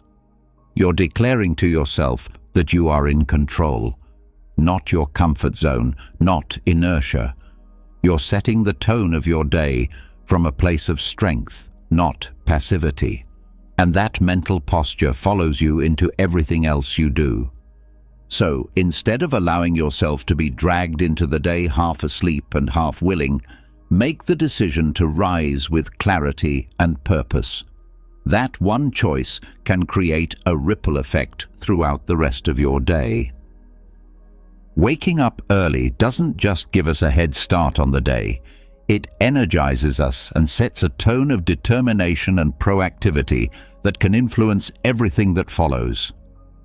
Imagine the difference between rising with a clear mind and a body ready to move, compared to dragging yourself out of bed, burdened by guilt for hitting the snooze button one too many times. That simple act of getting up promptly is a small victory, but one that holds the power to shape your entire day. So, the next time your alarm sounds, recall the wisdom of Marcus Aurelius and choose to rise with gratitude and intention. You'll begin to see how this one decision, repeated daily, can start to transform not only your mornings, but your entire life. Let's talk about the habit of complaining as soon as we wake up. We've all had those mornings when the first words out of our mouths are complaints. I'm so tired. I don't want to go to work. Or, I hate Mondays. While these thoughts might seem harmless, they actually carry more weight than we realize. Epictetus teaches that it isn't what happens to us that matters most, but how we respond to it. When we start our day by complaining, we set our minds to perceive everything negatively. These early complaints lay the groundwork for a cycle of negativity that can darken our mood and distort our perspective throughout the day. What's worse is that complaining doesn't solve anything. It only magnifies what's wrong and distracts us from what's right. So what should we do instead? We can choose to practice gratitude. Upon waking, try thinking of 3 things you're genuinely thankful for. Marcus Aurelius once said that the happiness of your life depends on the quality of your thoughts. By beginning the day with a focus on the positive, you're cultivating a mindset of abundance and appreciation, one that will color every interaction and activity. Why does this shift in focus work? Because the mind naturally continues in the direction it starts. If you begin with negativity, your brain will keep finding things to complain about. But if you start with gratitude, your brain becomes primed to seek out more reasons to be grateful. Not only does this improve your mood, but it also strengthens your resilience in the face of challenges. Imagine waking up and, instead of moaning, you pause to give thanks for a new day, for the people you love, for simply having shelter. This small adjustment can change your entire outlook and empower you to face the day with a positive, proactive spirit. So, next time you catch yourself ready to complain, Remember Epictetus's wisdom and choose gratitude instead. You might be surprised at how this little morning ritual can improve both your day and your life.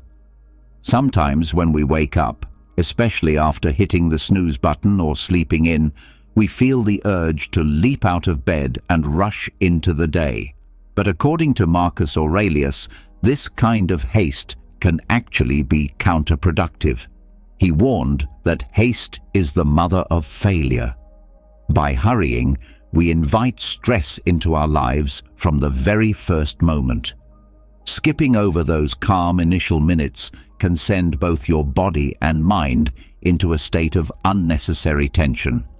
When you start your day running, it's easy to feel scattered and overwhelmed before the day has even truly begun. So what's the alternative? Give yourself a few minutes to wake up slowly and mindfully.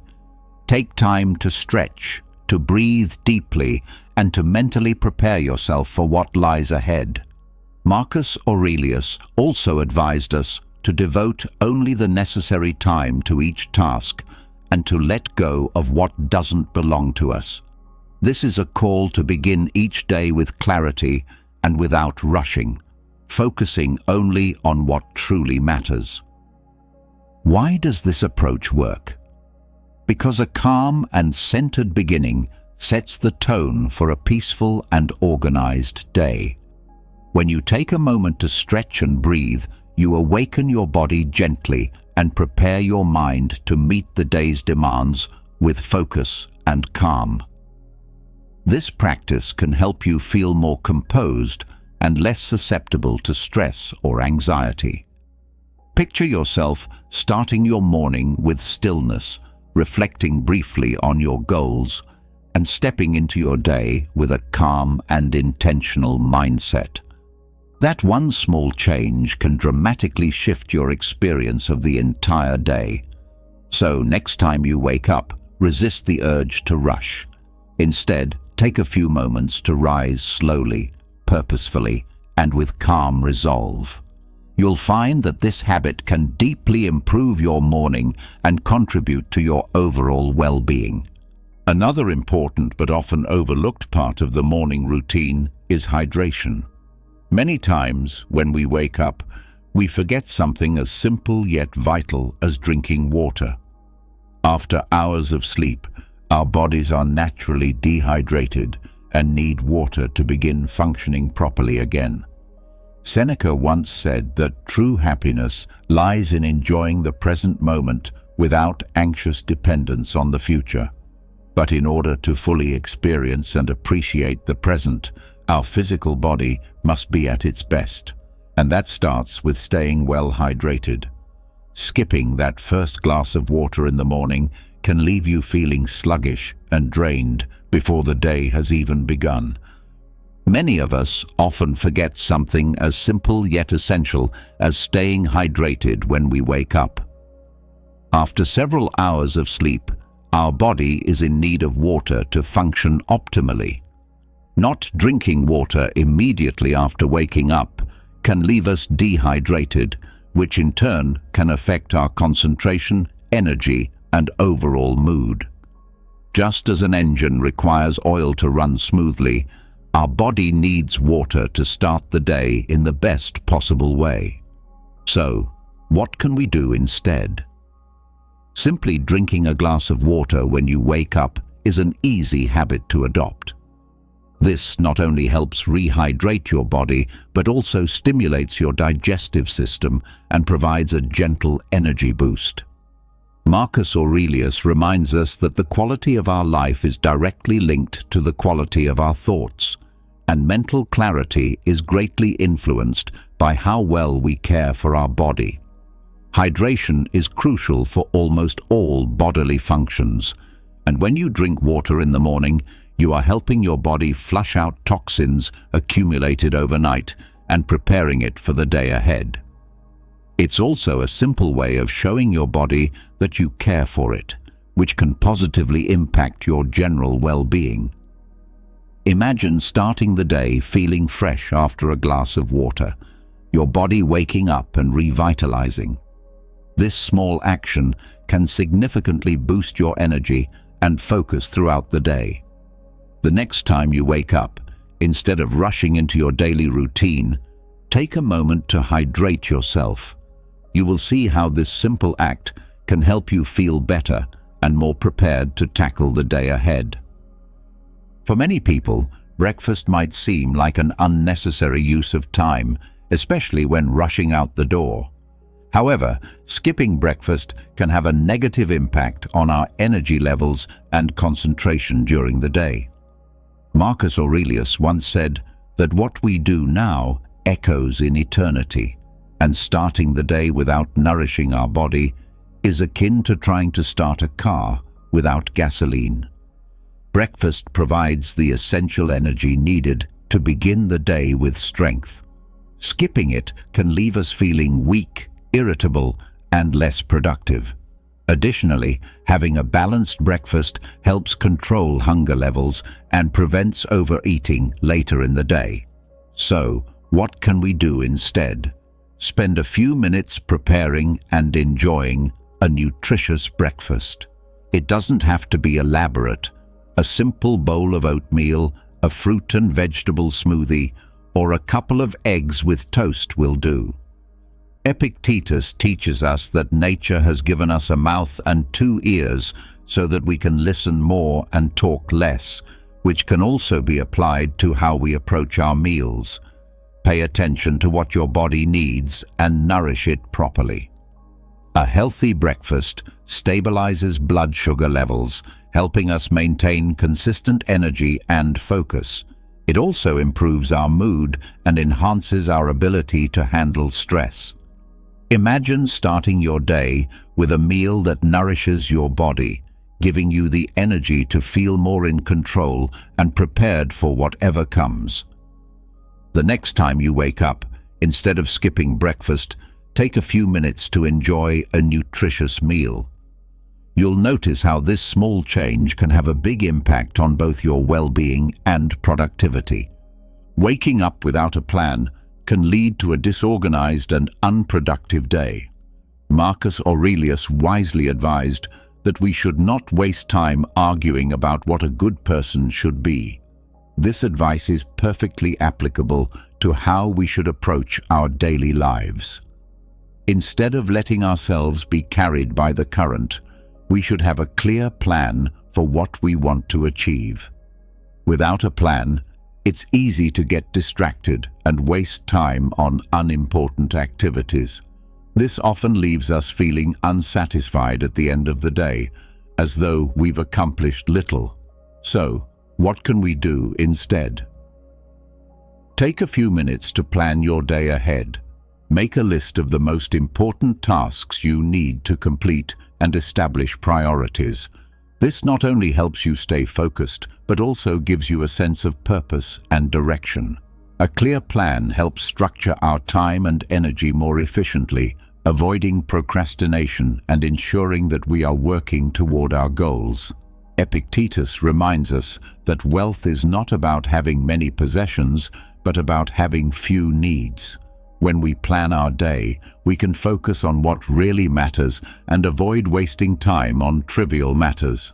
Imagine how it would feel to start the day with a clear sense of what you want to achieve and a well-organized plan to help you do so. This simple habit can significantly improve your productivity and overall satisfaction with your day.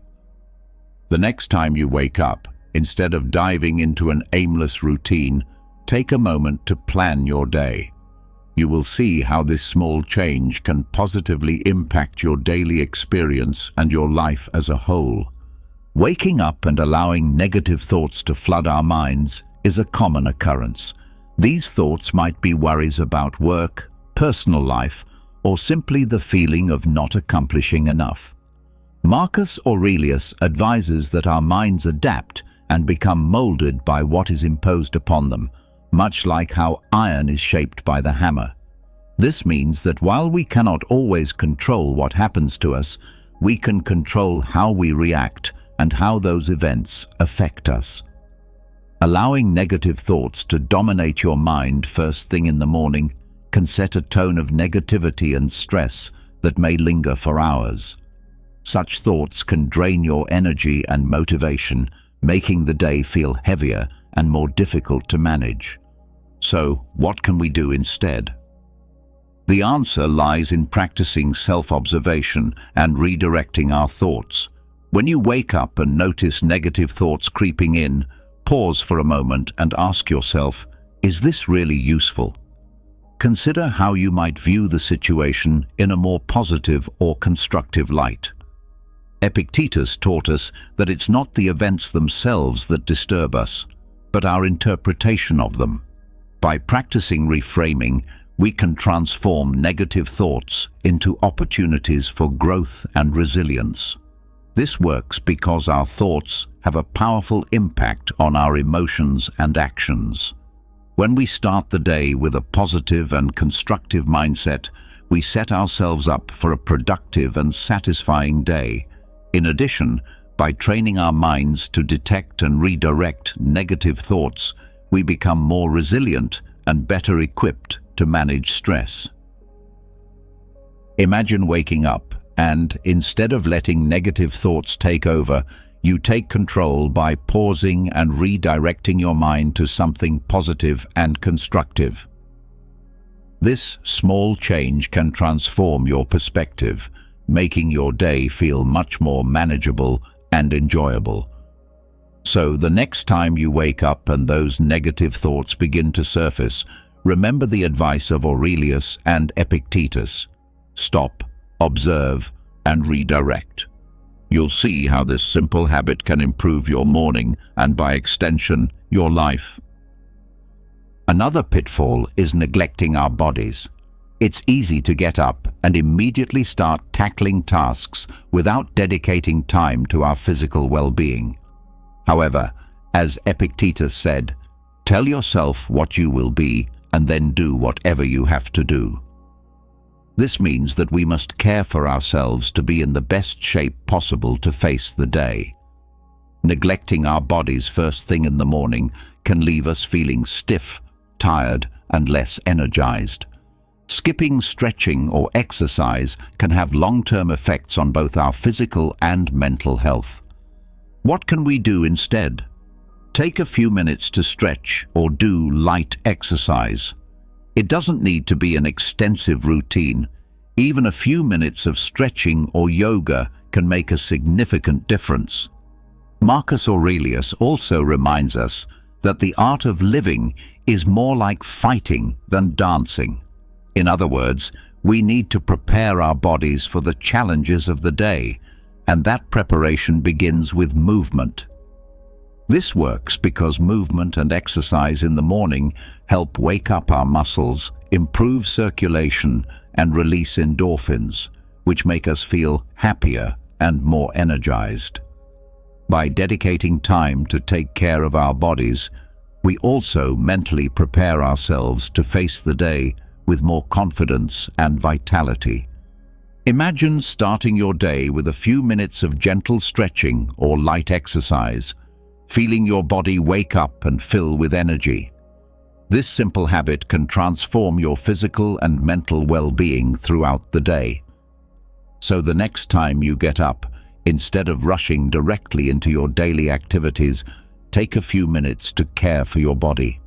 You'll see how this small change can have a profound impact on your energy and overall well-being. Finally, don't skip morning reflection. Often we wake up and dive straight into our routines without taking a moment to reflect. However, morning reflection can be a powerful tool for establishing the tone of the day. Marcus Aurelius, in his Meditations, said, "Begin each day by telling yourself, 'Today I will encounter interference, ingratitude, insolence, disloyalty, evil will, and selfishness.' This is not a negative attitude, but rather a way to prepare ourselves mentally for any challenge with serenity and wisdom. Failing to reflect can make the day feel chaotic and uncontrollable. Without taking a brief pause to think about our priorities and how we want to approach the day, it's easy to feel overwhelmed. So, what can we do instead? Dedicate a few minutes each morning to quiet reflection. You could meditate, write in a journal, or simply sit in silence and contemplate your goals and what you hope to achieve during the day. Epictetus advised that a wise person is the only one who is truly free because they can act with control and reflection. This practice works because it gives us the opportunity to pause, clear our minds, and set our intentions for the day. When we reflect, we create space for conscious decisions rather than reacting automatically. By reflecting each morning, we are not only mentally preparing for the challenges of the day, but also giving ourselves the clarity to approach each situation with purpose and balance. Morning reflection is a practice that can greatly benefit us, and here's why it works.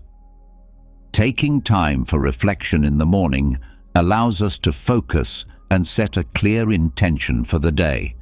It helps us start with a mindset rooted in purpose and calm, rather than rushing and feeling disorganized. By spending a few minutes reflecting, we become more mindful of our actions and decisions throughout the day, leading to greater awareness and intentionality. Imagine how it would feel to begin your day with a brief period of quiet reflection, where you set your intentions and mentally prepare yourself for any challenges that might arise.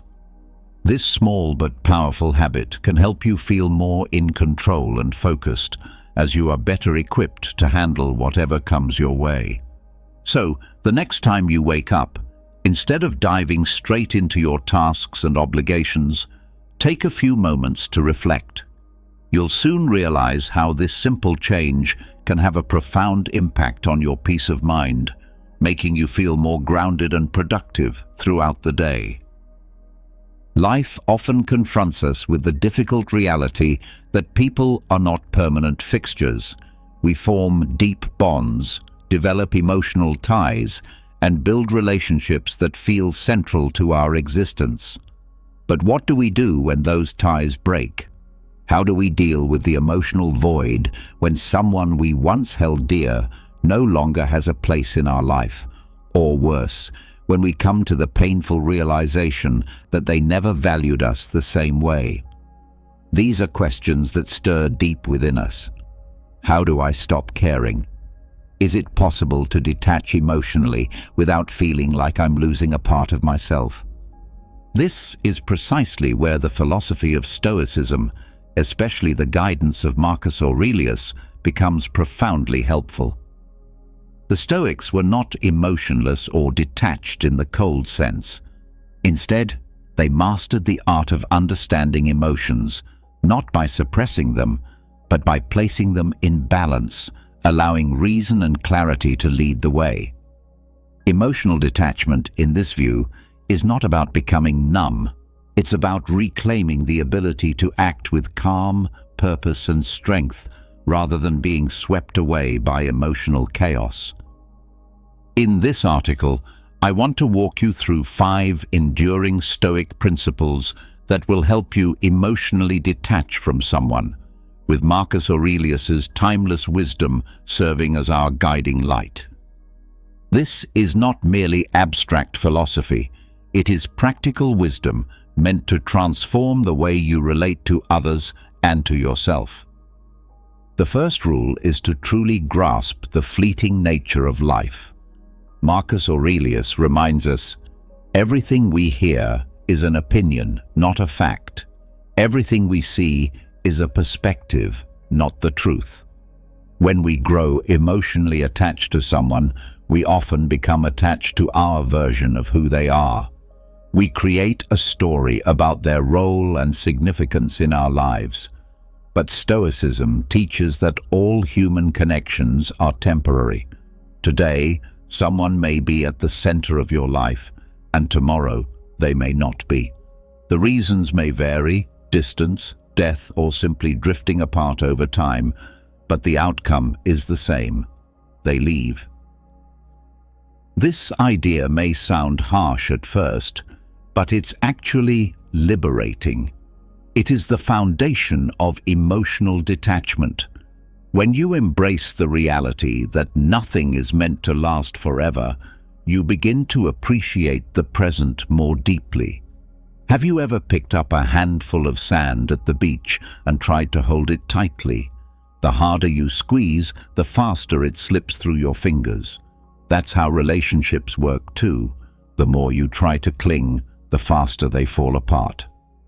I once had a friendship that spanned a decade. We shared everything: hopes, fears, and endless late-night conversations. But with time, our paths diverged. I fought the growing distance, but all it did was prolong the hurt. I had wrapped so much of my identity into that bond that it began to weigh me down. Only when I accepted that our time together had passed was I able to release the burden. Marcus Aurelius would have said the same. Accept the natural ending of things, and your suffering will be lighter when they end. The second rule is to take charge of your emotions by using rational thinking. We often assume that emotions are in control, that they just happen and we must endure them. Sadness, anger, heartache, these emotional responses can feel overwhelming, especially when tied to someone we care deeply about. But here's the truth: emotions are not facts. They are the result of your thoughts, your beliefs, and the way you choose to interpret events. Marcus Aurelius and other Stoic thinkers firmly believed in the power of the mind to shape emotional experience. You have power over your mind, not outside events.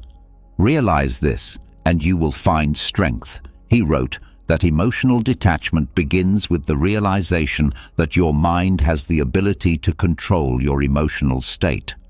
The thoughts you entertain about someone can either stir up a storm within you or bring calm to those same emotional waves. Imagine you're in the aftermath of a breakup, feeling emotionally wrecked, looping past conversations in your mind, obsessing over every word, every moment, and asking yourself, why did this happen? Or, how could they move on so easily? The Stoic response invites you to redirect that energy. Rather than handing your emotions the steering wheel, ask yourself, what are the facts? And how else can I view this situation?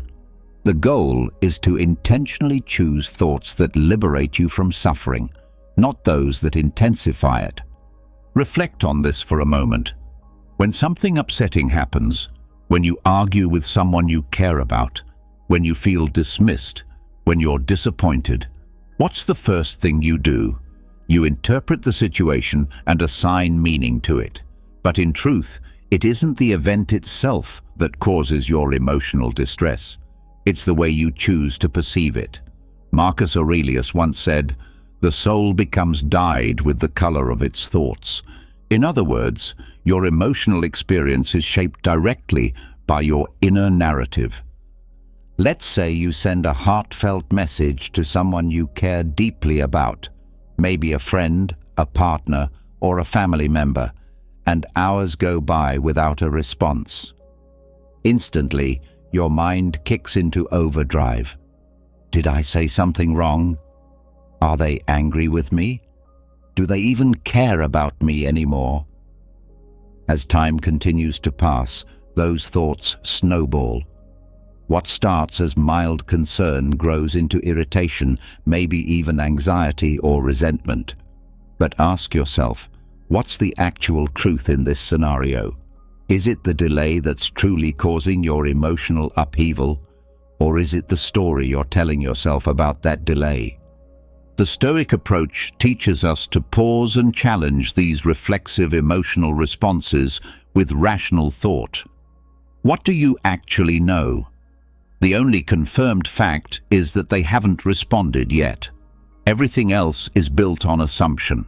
Rather than letting your emotions spiral, you pause.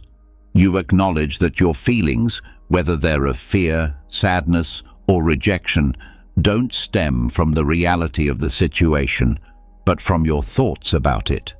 Marcus Aurelius advised, question your thoughts. Don't accept them blindly as the truth. I experienced this lesson firsthand with a close friend.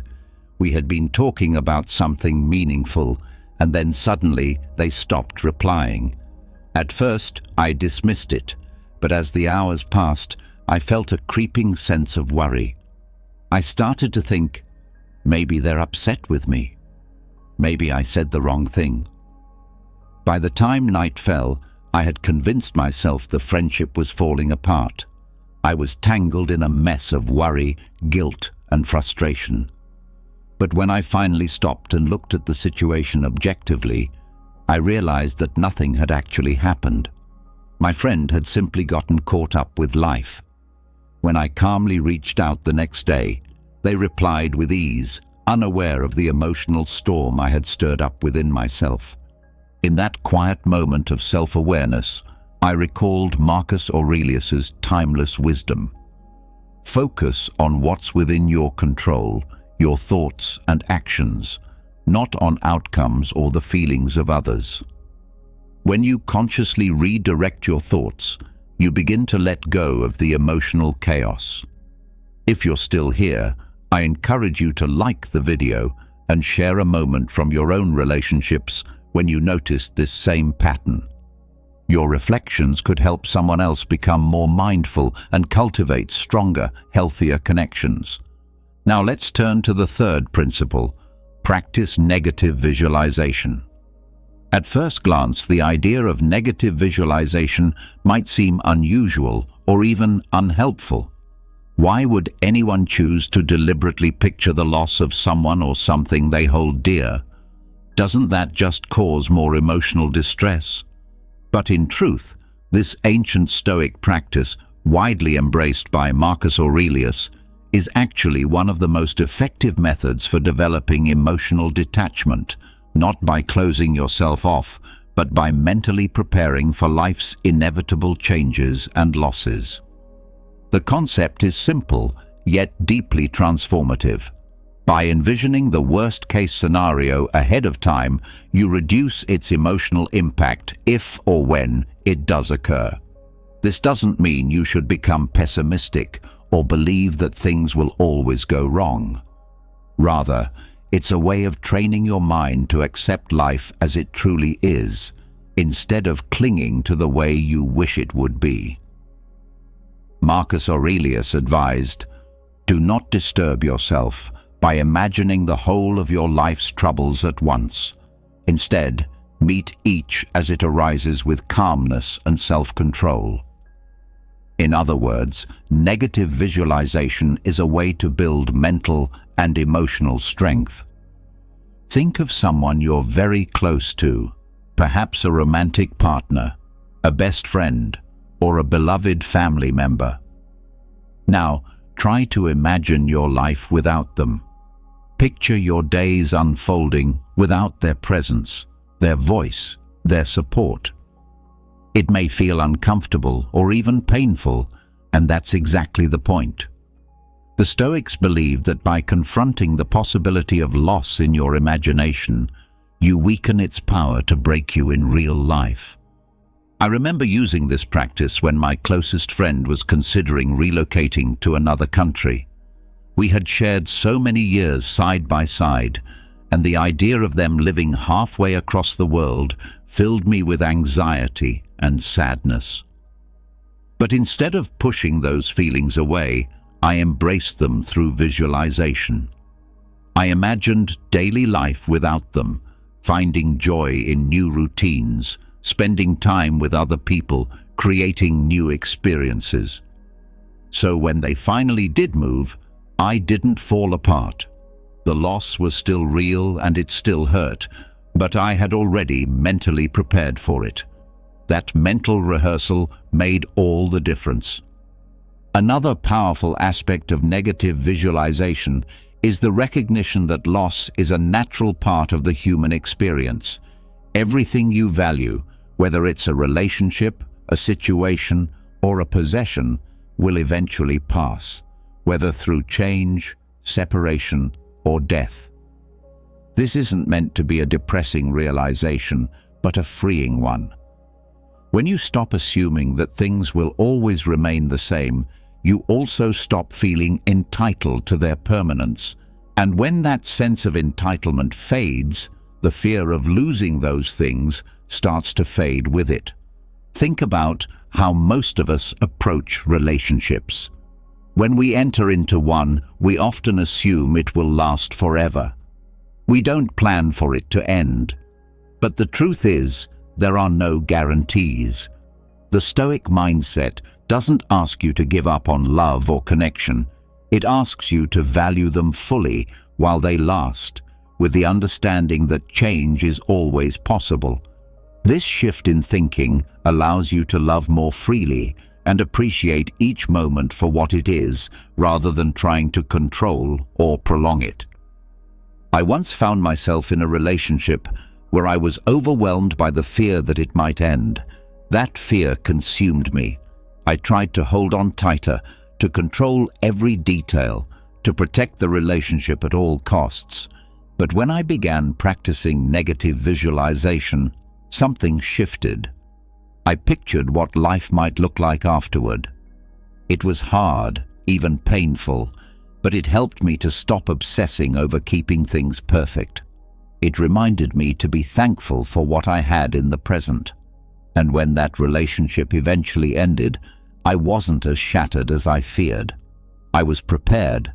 I had already grieved the idea of loss, and that allowed me to move forward with more strength. The real value of negative visualization lies in its ability to strengthen your emotional foundation. By repeatedly imagining the worst-case scenarios, not to invite fear, but to train your mind, you become more grounded and less shaken by life's changes. You come to understand that even in the face of loss, you can survive, adapt, and find peace. And that's the true essence of emotional detachment. Not a detachment from life or love, but from the illusion that you need things to stay the same in order to be okay. Now we move into Rule 4. Focus on what you can control, one of the central pillars of Stoic philosophy. One of the fundamental teachings of Stoicism, and one of the most empowering realizations you can come to, is the understanding that there are things within your control, and there are things that are completely beyond your control. This distinction becomes especially significant when it comes to emotionally detaching from someone, as so much of the pain we experience in relationships arises from our desire to control things we simply cannot. Marcus Aurelius repeatedly stresses in his meditations the importance of focusing solely on what is within our control, our thoughts, actions, and responses. Everything else, including other people's behavior, the outcomes of situations, and the passing of time, lies outside of our influence. The more we attempt to control what we cannot, the more we subject ourselves to unnecessary suffering. Therefore, emotional detachment is not about coldly withdrawing from others, but about releasing the attachment to outcomes that are beyond our control. When you are deeply attached to someone, whether it's a romantic partner, friend, or family member, it's natural to want to influence how they feel about you. You long for them to care about you in the same way you care about them. However, the harsh reality is that you cannot control their emotions or actions. You cannot make someone love you, appreciate you, or treat you as you believe you deserve to be treated. The only thing within your control is how you choose to respond to their behavior. Take a moment to reflect on a time when you tried to influence someone's feelings or behavior. Perhaps you went out of your way to win someone's affection, or you exhausted yourself trying to prove your worth to a friend who never truly seemed to value you. How did that feel? Likely it left you frustrated, anxious, and powerless because you were attempting to control something beyond your grasp. In my own experience, I was once in a relationship where I felt like I was constantly working to keep everything together. No matter how much effort I put into planning dates, sending thoughtful messages, or being emotionally available, it felt like I was always one step behind. They would pull away, and I would try even harder to keep them close. It became a cycle of endless anxiety because I was trying to control how they felt about me. But when I started to embrace the Stoic principle of focusing only on what I could control, my own actions and sense of self-worth, I began to let go of the anxiety. I came to realize that I couldn't make them love me more or treat me better. All I could control was my own response.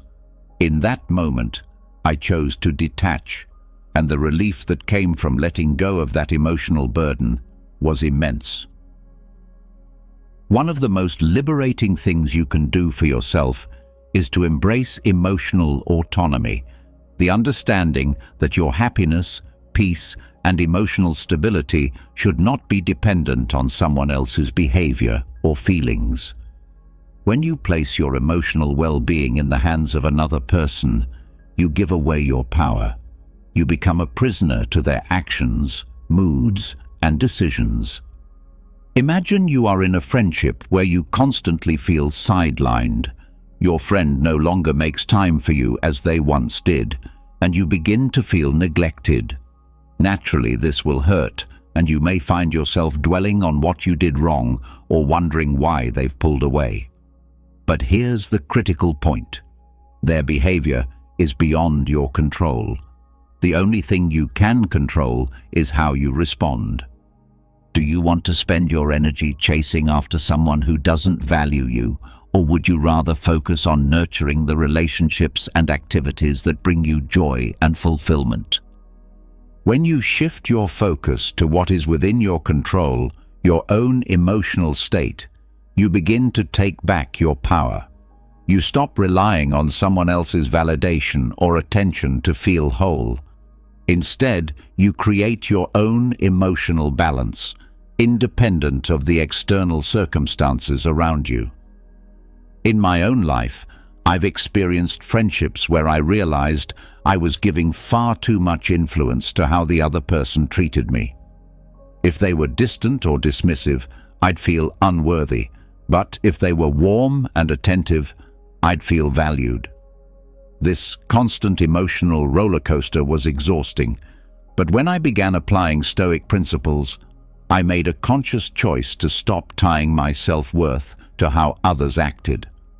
I focused on nurturing my own emotional well-being, irrespective of their behavior. This didn't mean I cared less about them. It simply meant I stopped allowing their actions to dictate my inner peace. The ultimate goal of emotional detachment is not indifference, but acceptance. Acceptance of the fact that life is unpredictable, that people are unpredictable, and that no matter how much we wish we could control everything, we cannot. What we can do is accept things as they are, rather than wishing them to be something else. Imagine you're facing a breakup. You feel lost, hurt, and overwhelmed by the situation. Your mind races with questions like, what if I had done something differently? Why did this happen? Can I fix this? These are natural questions, but they're rooted in a desire to control something that has already happened, a longing to reverse the outcome. Instead of tormenting yourself with these what-ifs, the Stoic response is to accept the reality of the situation. Marcus Aurelius wrote, "The impediment to action advances action. What stands in the way becomes the way." In other words, the obstacles we face are not hindrances, but opportunities for growth. By accepting what is outside your control, you stop wasting energy trying to change the past or influence others, and instead you focus on how you can move forward. During one of the most difficult periods of my life, I experienced the sudden and painful loss of a relationship I thought was solid. At first, I was consumed by the desire to understand why it had happened and what I could have done differently. But gradually, I came to realize that the only way to find peace was to accept the situation as it was, not as I wished it would be. I couldn't change the past, and I couldn't control how the other person felt. What I could control, however, was how I responded to that loss. Instead of clinging to what was gone, I chose to embrace the present reality. And in doing so, I found strength in acceptance. Reflecting on the bigger picture is a critical aspect of emotional detachment. When you are deeply caught up in the emotions of a relationship or a challenging situation, it's easy to lose perspective. Stoic philosophy, particularly through the teachings of Marcus Aurelius, encourages us to take a step back and look at the larger picture. Aurelius often pointed out that our troubles, fears, and desires are only fleeting moments in the grand span of time. Adopting this broader perspective makes emotional detachment much easier. Ask yourself important questions such as, will this pain matter in 5 years? Or, does this person truly define my entire existence? Shifting your focus from immediate emotional turmoil to a higher level of reflection helps you realize that much of your distress is tied to temporary circumstances. Stoicism teaches us that no single person or event should hold such sway over our emotional well-being. When you become overly attached to someone, it's easy to make them the center of your universe. Your happiness and sense of self-worth can become intertwined with their presence or absence in your life. However, stepping back and gaining perspective helps you realize that life is constantly changing, and relationships, no matter how intense, are just one part of your journey. You are a complete individual with your own path, separate from anyone else's influence. In the midst of a breakup or emotional turmoil, it can be difficult to adopt this viewpoint, but reflecting on the larger picture of your life helps you understand that you've already survived emotional challenges before. Life moved on, and so did you. Think back to past relationships or moments when you thought your world was falling apart. Those wounds healed, and in time you became stronger and wiser. This is the natural rhythm of life. I recall a painful breakup I once went through, which at the time felt like the end of my world. For weeks, I couldn't stop thinking about the past, feeling as though the future had lost its brightness.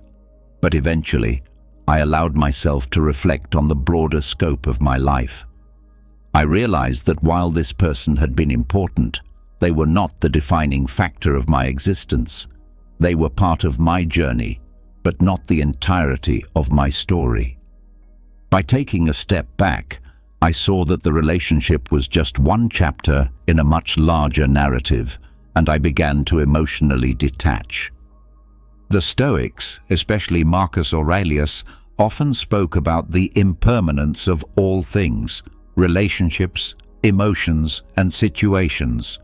Everything in life is transient. What truly matters is how we respond to these inevitable changes. By reflecting on the bigger picture, you develop a sense of inner peace, knowing that life will continue to flow, regardless of temporary attachments. This expanded viewpoint allows you to emotionally detach, not because you no longer care, but because you understand that clinging too tightly to fleeting things only leads to unnecessary suffering. Emotional detachment is not about becoming apathetic. It's about realizing that life is far larger than any single person, relationship, or moment of pain. By viewing your life as a vast, interconnected web of experiences, you free yourself from the narrow focus that emotional attachment can create. Ultimately, emotional detachment is not about shutting down your emotions or isolating yourself from the world. It's about building resilience and taking control over how you respond to life's inevitable changes. The Stoic path does not offer a quick fix, but instead provides a means to inner peace. By embracing impermanence, mastering your emotions through rational thought, and reflecting on the bigger picture, you will discover that emotional detachment is a form of self-liberation. So, the next time you feel yourself gripping too tightly to someone or something, ask yourself, do I control my emotions, or do they control me? Emotional freedom awaits those who dare to let go.